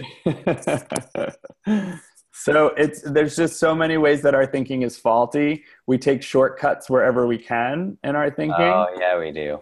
And that's where, as we develop mindfulness as a way of being in the world, supported by a set of practices, we see more of our choices. We see more of our faulty thinking. And we say in our work a lot that self-awareness ought to be followed by self-compassion, because oftentimes we bump up against a part of ourselves that may not be so pretty, or, we're like, oh my God, am I really thinking that right now? And so just to kind of go easy and to give ourselves the permission to be human, and to just kind of be where we are when we're there, be grateful for the opportunity to see it differently now. And I think to myself a lot, now's a good time. Now's a good time. I was speaking to my mom about my aunt, and she said, she should have been in physical therapy, well before this moment, and da-da-da-da-da. I was like, Mom, we can't think that way, right? Because that's all done, right? We can't think it should have been different then. Now is a good time. Now is the best time. I remember Carolyn Mace saying that one of the greatest sources of pain that everyone experiences is believing they deserved a different childhood than the one they had. That they have this belief of a different past and a different experience, and it wasn't fair that they didn't get the perfect one that they thought they were worthy of. As opposed to just saying, like, I got what I got, and it came to me from, you could say, from, I was born into that. We choose our family or we don't, but either way, our childhood was given to us to build mastery, to learn skills, to give gifts, all of those types of things. But isn't that crazy to think of, like, the belief of an alternate past that isn't the one that happened is such a great source of pain. Mm-hmm. Anyways.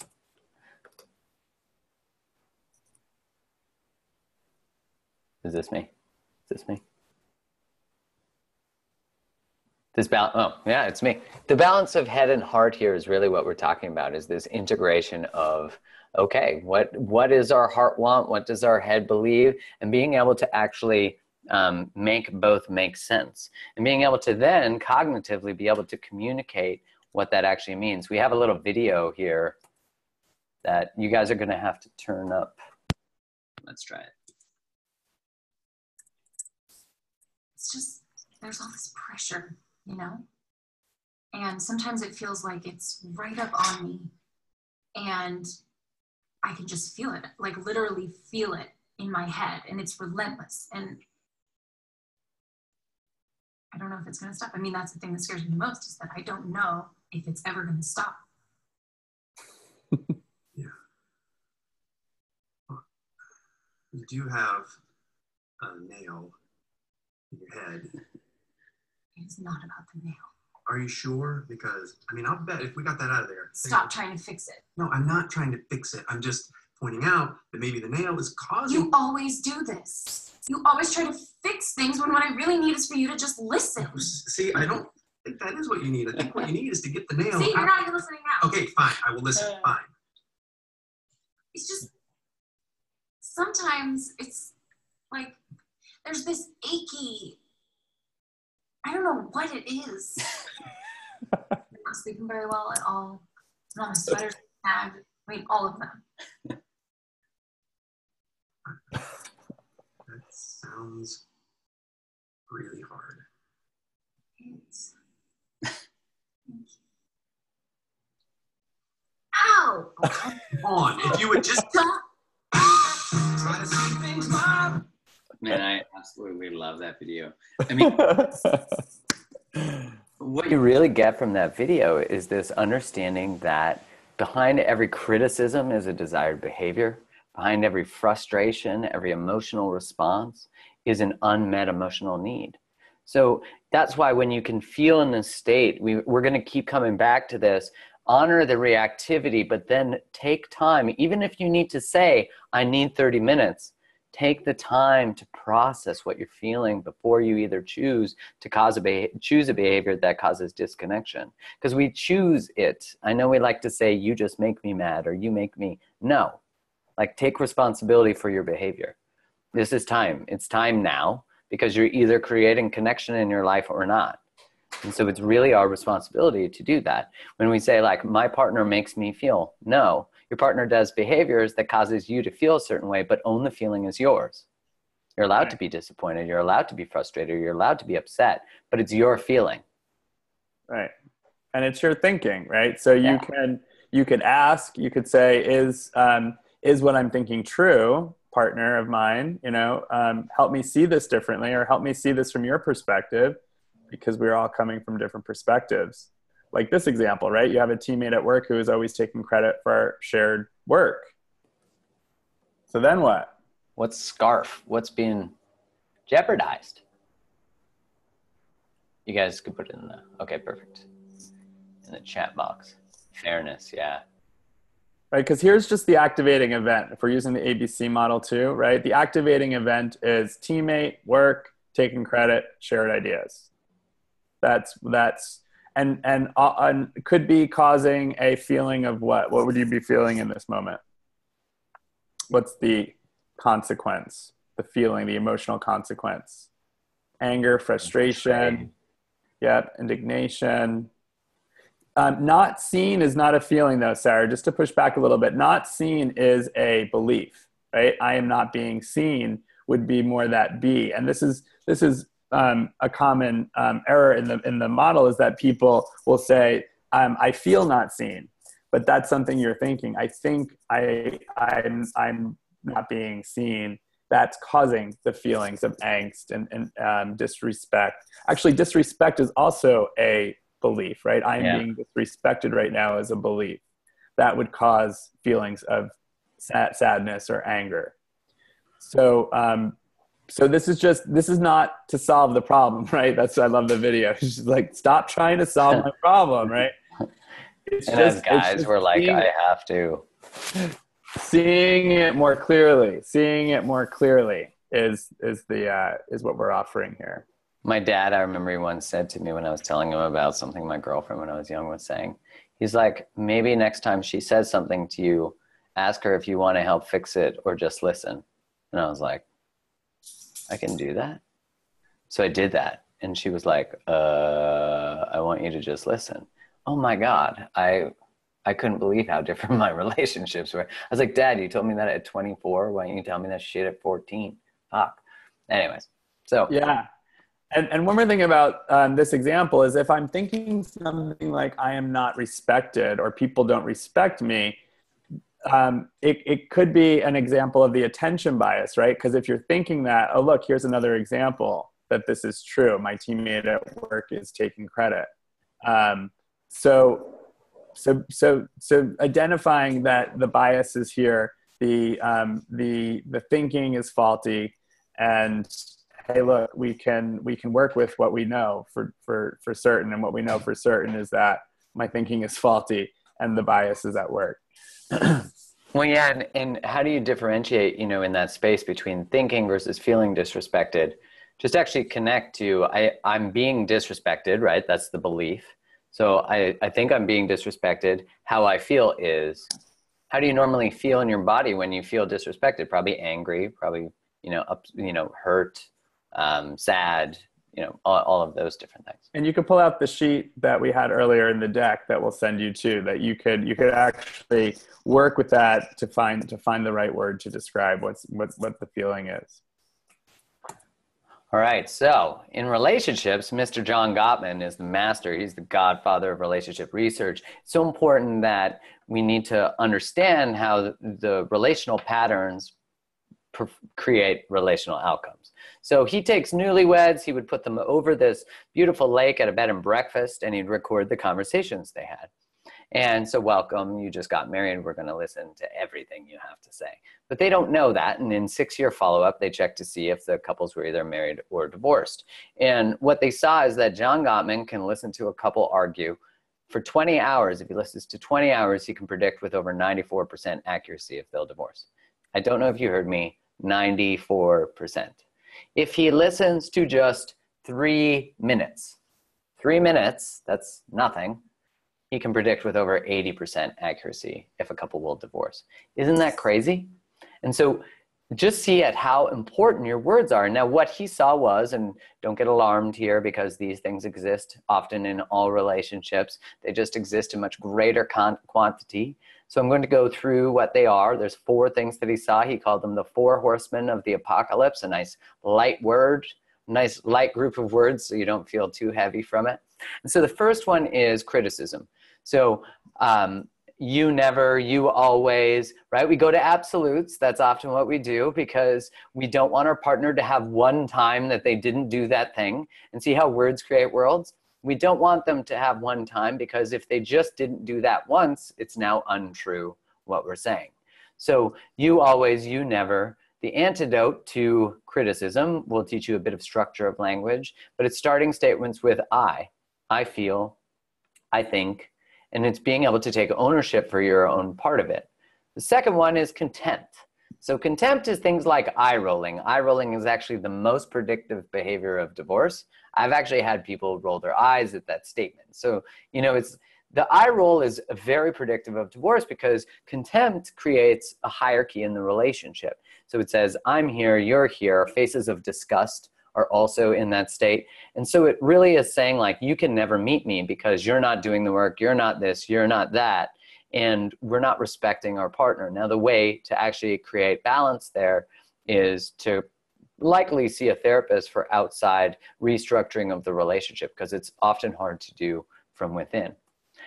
Defensiveness, we know this one usually goes with contempt and criticism as a nice little match of pattern. So someone says, you always, you never, and we go, you never, or you da-da-da. So defensiveness is all about protecting the self, defending our self-worth. And we, all of these are often inherited from our families. And so the healing of defensiveness, I'm a recovering defender, is to start statements with, I can see some truth in that. Well, I could tell you when I first had to say that, I wanted to puke on my own shoe because it's really challenging. So everyone is part of your relational dynamic. We're always creating something, right? We're always generating something. So recognizing that your defensiveness is your responsibility to take some part of the conversation, and right away you become connective. When someone says, you don't do this, or I feel as though that, and you go, wow, I can see some truth in that. Well, now we have connection where we never have.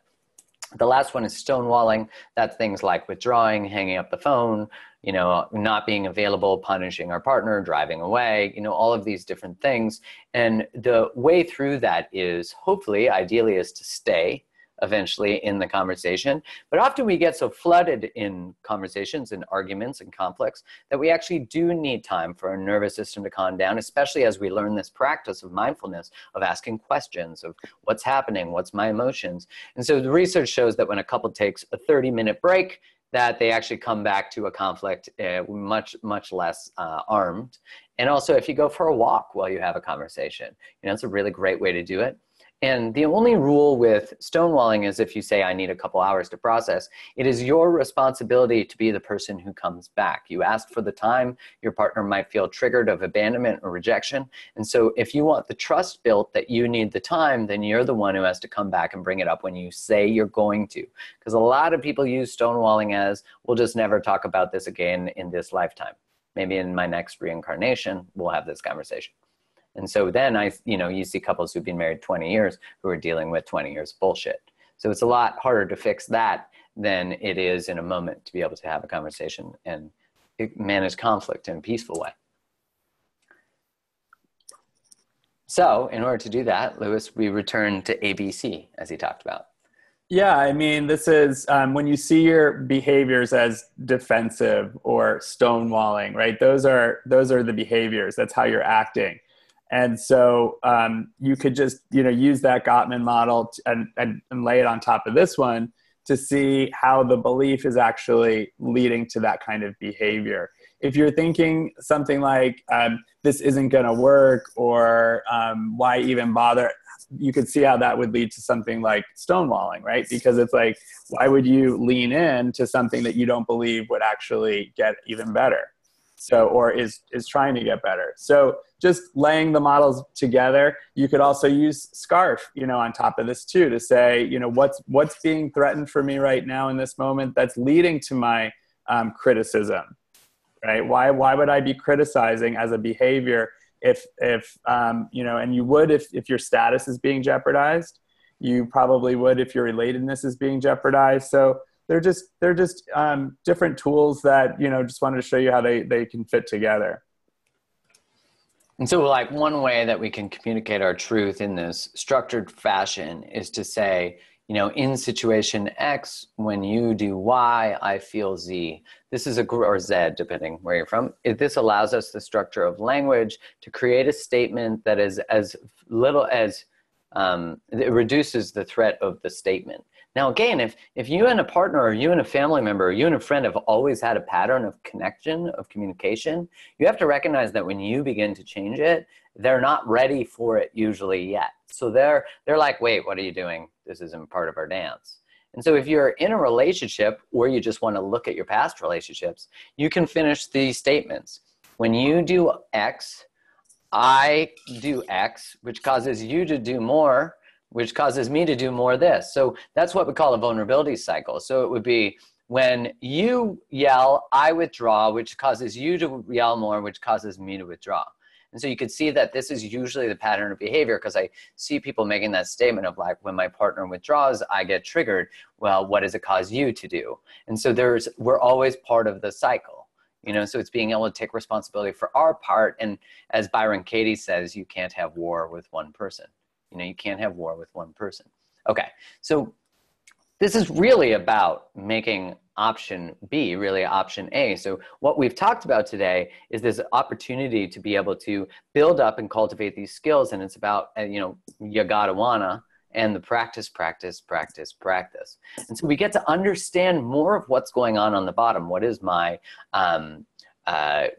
evolutionary programming? What does my family system teach me? What's going on with that? And then as you build more mindfulness, because even asking those questions is raising the roof on the top. It's building up top. And then all of a sudden you're able to cultivate more skills. We'll send a link for a meditation app as well that will allow you to begin to build a meditation practice, which again, builds an opportunity to develop observation of your thoughts. And a lot of the great meditations apps like Headspace or Even Flow teach you how to meditate. That's great. Oh, Insight Timer is really good. Thanks. Yeah, it's the one I use. And so back to this idea of plasticity, when you remember that the anatomy and physiology of your brain and actually our nervous system, when we actually make changes in the ecosystem of our bodies, we do impact the other people around us too. So while we can't change other people, we can influence them by the changes that we're making. And that's really powerful, right? That there's the interconnection between us, but I can take responsibility for my stuff.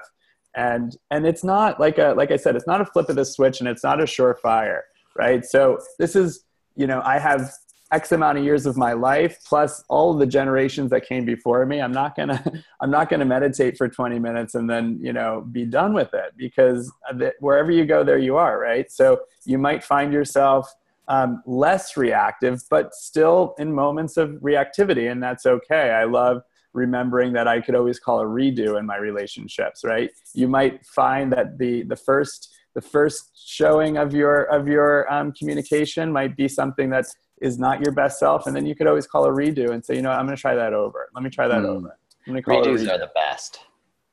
Yeah, we all need them. We all need them. And back again to this, back to the beginning, we were talking about the dojo, and now that we're at the end of our time together today, this whole idea of being like water. Bruce Lee, I'm going to read Bruce Lee's quote here: "Be like water, making its way through cracks. Do not be assertive, but adjust to the object, and you shall find a way around or through it. If nothing within you stays rigid, outward things will disclose themselves." Right? So it's like being formless. Be like water. If you put water in the cup, it becomes the cup. Right? So just kind of, it's like action without action. It's like you're doing and you're going downstream, and you're attempting and you're practicing and you're trying, but you're doing it because you're in flow, and you're expecting that the water is going to get to where it needs to go. And so now we have hit the ending, and all endings are beginnings. So that's beautiful, because we're all going to do some really cool stuff with all this knowledge. Louis and I'll just say for me is that I'm really grateful that you guys take the time to do this. I mean, we get to do something that we love, and we constantly are learning from questions you ask and who you are, and just that we all sort of have created this. I mean, this is a beautiful online experience where everyone is safe to be themselves. We know we can create it. You just did, you know, and I didn't create it. Louis didn't create it. We did as a system, as a group. So thank you, you guys. We do have some time for questions, because we sort of lasered this exactly at 2 hours, which is good on us, but we also have time for questions. We have a few in the Q&A box, but Louis, before we go to that, do you want to say something? Just thank you. Thank you for showing up to better relationships. Even if you and I are not in direct relationship, we are through a chain of connection. So it all influences. And so I really am appreciative of the time that you're taking to want to be better. If there are questions that you guys have specifically, you could ask them in the chat function now, and we can spend some time addressing some other questions. Yeah, and I want to be really mindful of the way we identify. So when I say, like, someone has a question about their relationship, I, express to read the book, Codependent No More is a great book. But if you begin to identify as, we all have some range of codependent patterns, but if you begin to identify as codependent or as something, you will maintain the qualities of that thing. Allow yourself the fluidity of, sometimes I've had these patterns that some codependent people have. Then you don't have to stay with an identity.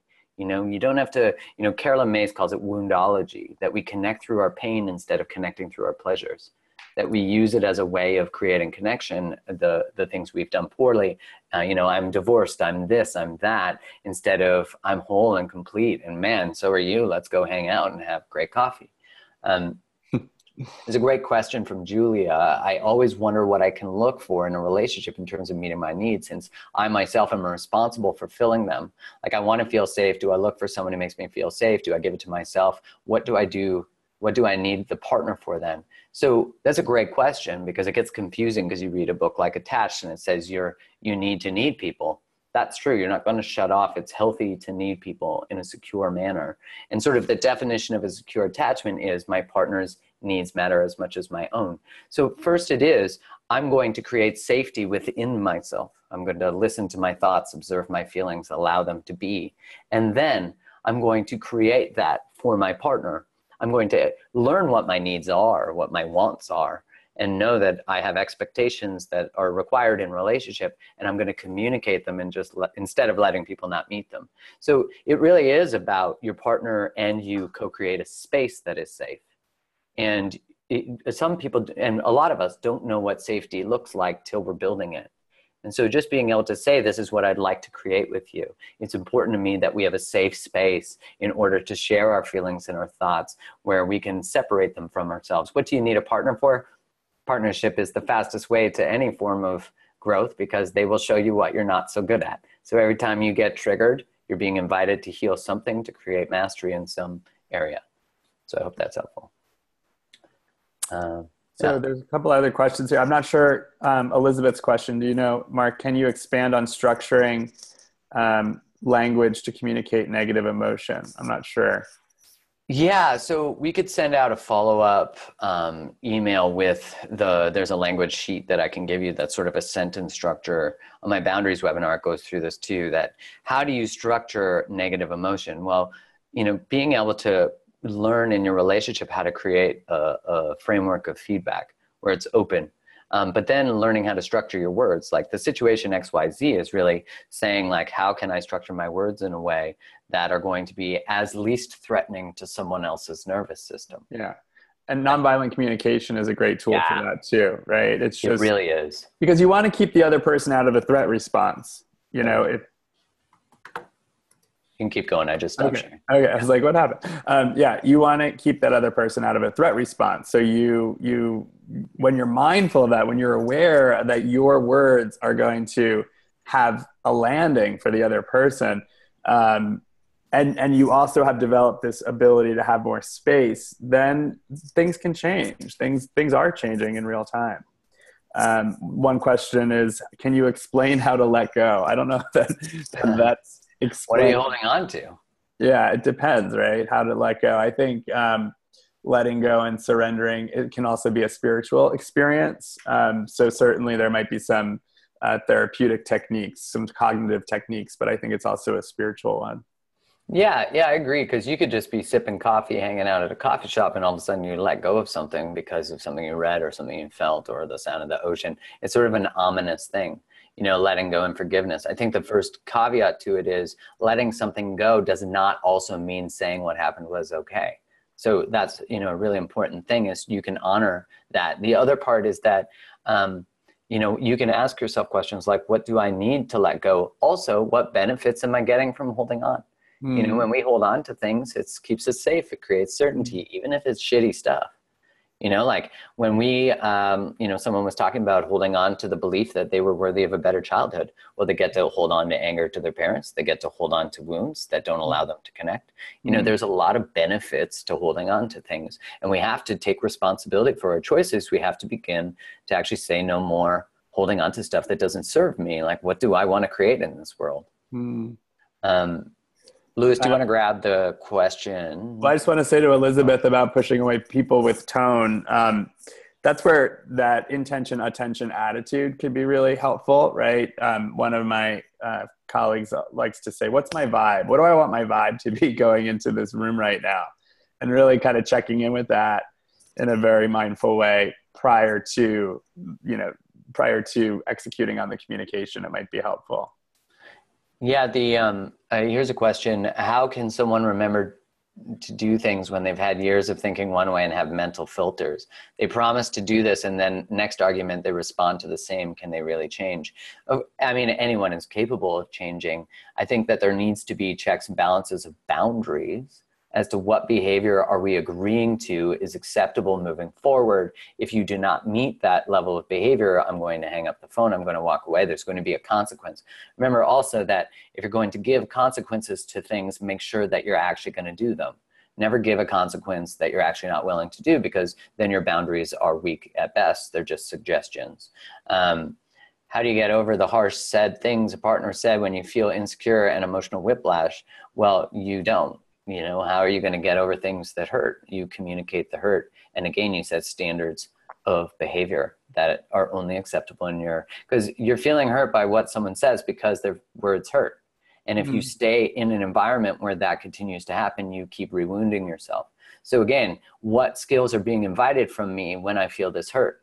Anger, boundaries, reactivity, but reactivity in a way that protects you. I hope that helps. I have a very hard time catching myself in the moment. I see that I reacted badly only after the fact. Advice on how to catch myself in time. Louis? Practice. Yeah. I think that it's, no one's exempt from doing the work to practice and get better at that. Right. So just know that you're in process and, let the victory be in the process. It doesn't always have to be in the outcome. Yeah, and the redo thing that Lewis talked about is perfect. You recognize that you reacted poorly, you come back and apologize. That's connective, that's ownership, that's responsibility. And you say, can I have a redo? And then you do the redo of the situation. And now what you've done is you've put less space. First, you've put a space between your understanding and the response. So now you even have a response of awareness. And then you move it closer every time where actually your response will become your response instead of a redo. Yeah, Bob is asking for an example of that. So it's like, yeah, so, you know, if you end up, you know, seeing the dishes in the sink and blowing up and seeing that that's your first reaction, and then catching yourself and observing yourself. And even if you storm out and come back, it's okay. It doesn't have to be an immediate redo. It could be, you know, in an hour later or the next day when you just kind of, you know, become more fully aware of yourself and what's going on. And then ask, it's kind of asking for the permission to be human and say, I'd like to show up differently to that. And I'm working on it. And I think too, some of the questions I see here is, how do you get someone else to want to work on it too? And I think that has to do with values, right? Is one of the values in this relationship a growth orientation, a learning mindset? And if so, then what are we going to work on? What are we going to learn together? Like, you know, there's this great new resource that one of my teachers just published with one of my classmates called Happy Together. Have you seen that, Mark? No, I haven't. Happy Together, the science of positive psychology and relationships, that I just like that. For my partner too. We're going to read it together. So it's like, you know, if you can offer, you know, a practical way to learn together, and you know, and if the answer is no, then that might be a signal to you that it may not be in great alignment with what your needs are anymore. Yeah, and at the beginning of your relationship, create agreements. You know, all relationships are agreements, but most of the time they're unsaid. Like we might be like, we're monogamous, and then they're like, I'm seeing other people. Because we haven't gotten clear on our agreements. I'm interested in continuing to grow and learn. I'm interested in mental and physical health. You know, these are all agreements that you can create at the start, but you know, people get married under no agreements other than their vows that they took from somewhere else. You know, so get very intentional with what you're creating. Create. And you don't have to do it. And if you don't, create the love. And you don't have to do it at the beginning. If you haven't done it at the beginning, now's always a good time. Yeah. And I think I have a friend who she and her husband revisit their vows every year. I love that. On their anniversary, they pull them out and just make sure that they're still what they're agreeing to, and is it working? And I think that those conversations need to be kept alive. Yeah. Is it possible to gain trust back in a relationship after it's been broken? Absolutely. But it's going to require, what do you need in order to regain trust? So what's been broken? What's the violation? Whatever it is, betrayal, you know, whatever it is, needs to be acknowledged. There needs to be ownership. And then you need to create a plan together. You know, like let's say someone was sexting with someone else or something like that. I'm just going to give that as an example. You might need access to their phone, them no longer having a relationship with that person or anyone who is in that category. And you need access and transparency. If they're not willing to give that, you're going to have a real hard time building a foundation based on a lack of transparency. So being able to walk away, is it something that continues to happen and you continue to entertain, then you keep putting yourself in a painful state. And so being able to recognize that too. Lou Bell is asking about leaving on a 3-month trip and into a new relationship and wanting to know how much to give of herself. You know, I think to me, it's like give, right? Be generous in your giving and vulnerability. And it would seem to me like having that kind of conversation with your partner about, again, the agreements for where you are in the relationship and what it's going to be like when you're apart is only something that you two can come together and decide. But I would say don't hold back vulnerability. Just be generous with that. It's talk to them about that. Mm-hmm. You know, I'm feeling scared. I'm really excited to open up to you. I'm really interested in learning more and creating something with you. How can we best structure our relationship in order to continue to open up and be transparent? Mm-hmm. Yeah. All right. Do you think abuse of intimate relationships, emotional, verbal, and some physical, can both be fixed if both partners are willing to work on their triggers and improve emotional intelligence, or is it likely that they'll continue those toxic patterns? I'd say it always depends. seeing a therapist in that experience and being willing to work through that, I think anyone can learn how to work through that. But again, it really does depend. You have to see the work being done.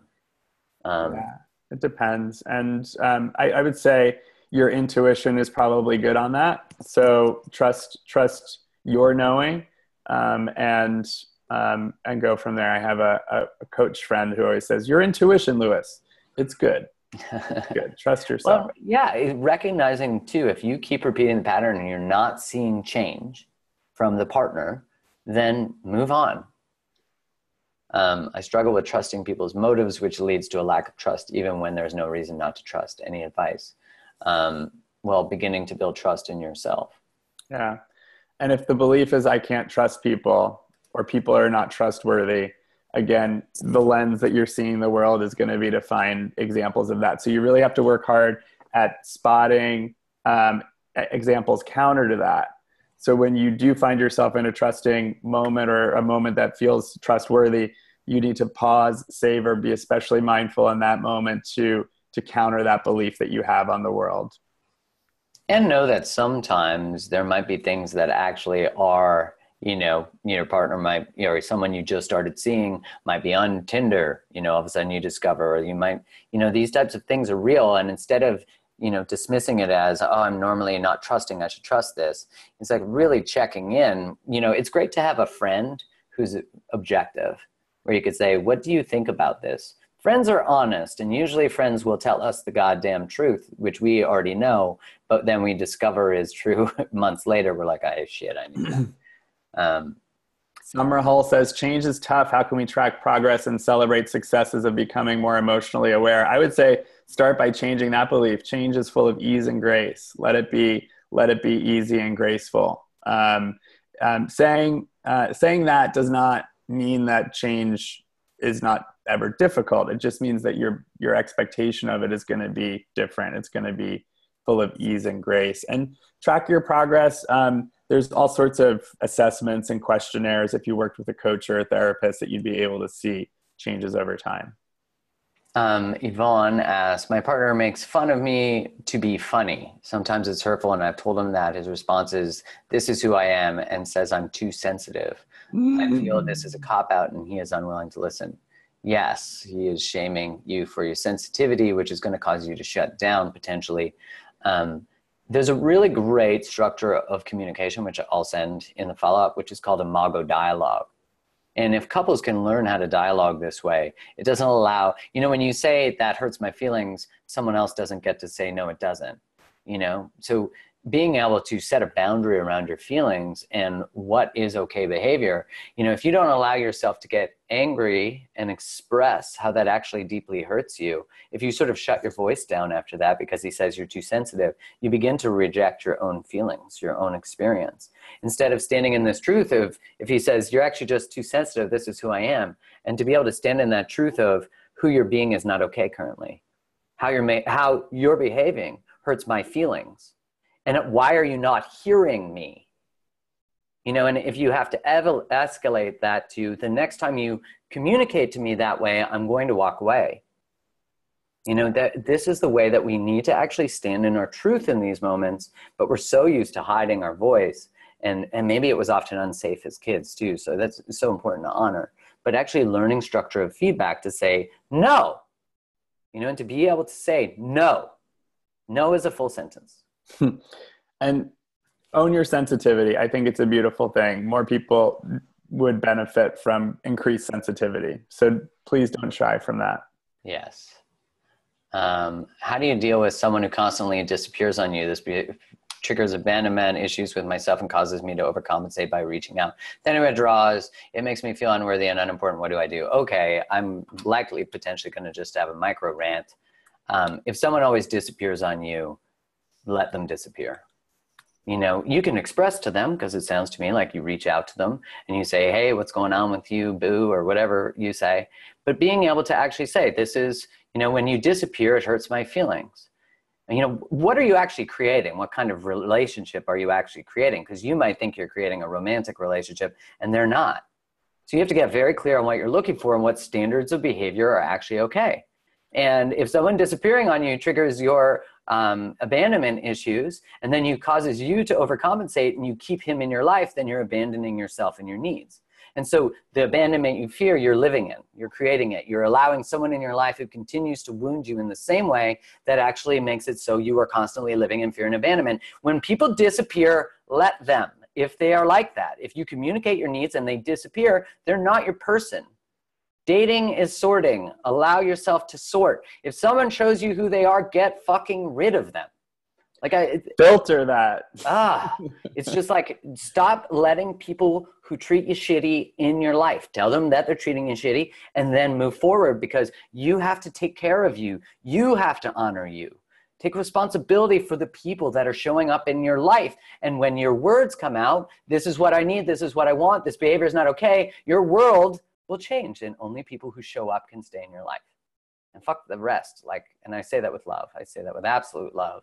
Because they have to be probably quite afraid of love, but it's not your job to convince them. Get out of that job. That business is not profitable. You ready, Lewis? Next one.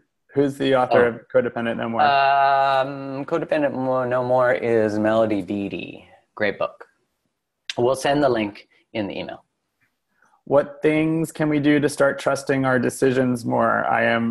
I also am in self-doubt. A good friend and colleague of mine just wrote a book about that, Louisa Jewell. So check out her book on conquering self-doubt.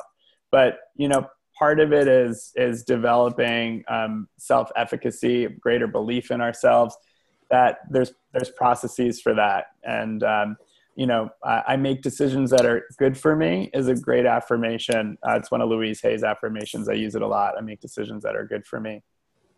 And when you do, again, in the parking lot, small decisions, I make decisions that are good for me. You made a smoothie for breakfast, affirm for yourself, look, I make decisions that are good for me. It doesn't always have to be these big moments where that is true. Make it true in small moments. Oh, look, I showered just now. That was a good decision for me. It's a good decision for the people around you too.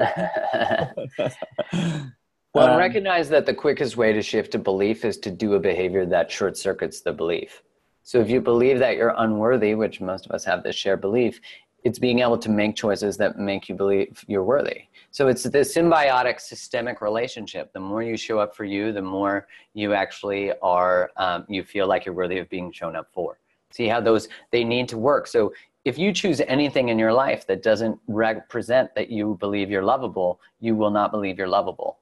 It will feel like it's untrue. You might say, I love myself, and then you pick someone who treats you like shit. Now you can't hold that belief. So if you want to short circuit a belief, go with its opposite. You can do affirmations and you can do all this other stuff. You can exercise. All that stuff's important. But if you want to short circuit it and get right to a more positive belief, only make decisions that contribute to your growth. And they say the universe hears what you mean, not what you say. So if the affirmation is not something that is embodied for you, something that you really believe, then it's really not going to work. It might help to try that on after you exercise or something where the endorphins are already flowing. But it really has to be something that you believe embodied in an embodied way. One more question here. I am a highly sensitive and empathic person, so sometimes I'm uncertain what's been mine to own and what I'm feeling from my partner. Often people who identify as this are what we would call, this is a sign of codependency too. It doesn't mean that empathetic and highly sensitive people are codependent, but they often do experience it because they feel so much of the world that they feel other people's feelings, and they haven't learned how to separate what is theirs from someone else's. This also can come from a childhood where our parent was reactive or an alcoholic or had a chronic illness, all these different things, because the house was dependent on the other person. So as a kid, we were constantly taking care of their needs or observing their needs because they were reactive. So our needs and our emotions, we don't know what they are because we had to adopt other people's in order to survive. So this is this ability, even if we had a parent who wasn't around, we couldn't have needs and emotions because no one was going to take care of them. So in the Boundaries webinar that I did, I do go through all of this, and I can send the link in the follow-up email with that, so you can actually go through identifying, creating emotional boundaries, I mean, if your relationship and other people, how they're feeling changes how you feel, then you know you have poor emotional boundaries. Okay, let's go. Okay, we'll do 2 more questions. How's that? 2 more. Well, let's just finish them because there's just a few more. Sometimes in having grace, Oh, I wonder yeah. if I'm letting things go, rights that are vital to me, or if I'm letting go of what is negative and beginning bigger than the situation. How do I figure that out? I'm having a hard time figuring out the question. Let's see. Sometimes in having grace. Well, you know, sometimes when we ask this question, you know, run through the same patterns many times. If you're aware of a pattern, then you know you need to change it. So that's really important, that as you have this conscious awareness, you're not changing it. So usually we say things like, I just need a sign from God or from the universe or from whatever. And then we don't like the answer we got. So we say we didn't get a sign or we want another one. And so really being able to check in with yourself and trust your feelings, trust your intuition. And when you're feeling stuck, you know, I love Carolyn May says this, next time you look for an answer, ask yourself, what is the thing I'm most afraid of the answer being? And that's usually what you need to do. You know, and this idea that we avoid the truths, we avoid, like you already know the way out. It's really what do you have to let go of to do it? I hope that answered that vague question. I'm feeling stuck, not sure if I'm ready to let go of a relationship that hasn't been working, but also not sure I'm ready to try again when we've run through the same patterns many times. Any suggestions for feeling stuck? Feeling stuck is rough. Yeah. You know, sometimes some space is useful to know and discern your truth. And the next question is, how do I discern when I'm being in my truth or self-sabotaging? So I think they go together. And sometimes having some space, like putting the boundary in, even if it's a temporary boundary, could be useful to know for sure. And in that space, you can practice, especially be practicing mindfulness and upping your self-care and doing the things that are increasing your personal positivity so that you do have the cognitive resources and emotional resources to return then back to that relationship after the delineated time. If it's a month, 2 months, you know, a month or 2 months in the grand scheme of it all is not a lot. But when you give yourself that boundary and some space, you might find yourself be able to access your true truth. Yeah, and that feeling of, is what I'm doing, am I just sabotaging something that's good for me? Like then you know if you're self-sabotaging or you're actually being in your truth. Is this actually a situation that's good for me? Is this person loving me? Is this actually a safe? You can just check in with that. And I think coming back to that question, is this contributing to who I want to be? If you're feeling stuck, what small steps can you take to get out from the basement? You know, to say like, today I'm going to go for a walk. I'm going to meditate for 12 minutes, you know, small wins, you know, that can allow you to just move from what would being not stuck mean to me, and then begin to create those things. All right. My boyfriend has moved out, but we still talk every day. He's working on himself and his depression. I've been supportive, but it's extremely difficult. How can I reassure myself in the process? I think being able to ask yourself, what do you need in order to feel safe? Like, who's taking care of you? You know, of course it's extremely difficult. You're in this supportive state, but you're being stretched. He's moved out. And also getting clear, what are you guys actually creating? You've moved out. You're talking every day, but what are you actually creating? What are you generating? You know, you're generating something right now. Do you want to take responsibility for what you're generating and create what you would like? You know, build your roads in similar directions, or understand that they're not. You know, and get clear. Do you need to be in a relation? You know, whatever your needs are right now, can he meet them? And if he can't, maybe there's more boundaries that need to be in place. So you can remember, supporting yourself is supporting him. People can't heal themselves if we don't heal ourselves. And that's the sort of trick of codependency, is we think we're going to fix all these people, but when they get fixed, we'll have nothing to do. So we'll lose our purpose in life. So it's really, you know, I find this all the time. One person gets sober, the other person's like, wait, I don't have any work to do. Now my shit's starting to show up. And we really need to be the ones who are cultivating ourselves. Take care of yourself. It inspires the other person to do the same. You guys, these are great questions. Wonderful questions today. Thank you so much. Remember, Tao is a word that signifies the way, the truth, the path, the road, and it's a choice, you know? So coming to the dojo is a good choice. And I think, Mark, given these questions, you know, we need to do this again, you know? My God, yeah. I think Yeah. what we need to do is create an online course where we go deeper dive into all of this. So we had talked about it, but we'll definitely, I think, create something immediately and send out an offer to all you guys to get rolling and create some sort of course that allows us to actually dive deeper into all of this and to go into boundaries and to go into these different subjects. What do you think, Louis? Yeah, I mean, different belts, right? Work up your way to a black belt in the Yeah, dojo. we're like a bunch of ninjas now, right? We're emotional ninjas. Hacha! Hiya! So whatever you thought of a challenging situation today, whatever it is now that you currently, you know, you've got to move forward and have a conversation or move towards some new skill set and observation. So, you know, there's a great saying from the movie Zootopia that everything great in life just requires 10 seconds of absolute courage, and everybody has 10 seconds of courage. So grab into that 10 seconds and use it to start a conversation, to end something, to begin a job, to end a job, to begin a website, to start your dream, to leave an old dream, and to move a boundary, to create a boundary, whatever it is. Yeah, yeah, and it's okay if you don't know what that means, right? Starting the conversation with, you know, I just want to have an honest conversation about how this is working for us is good enough. Yeah, you don't have to have the outcome, just start the process. We love you guys. You all have the most amazing Saturday. And the recording will come out later this evening when it's done processing. Thanks, guys. Be well. Peace, everybody.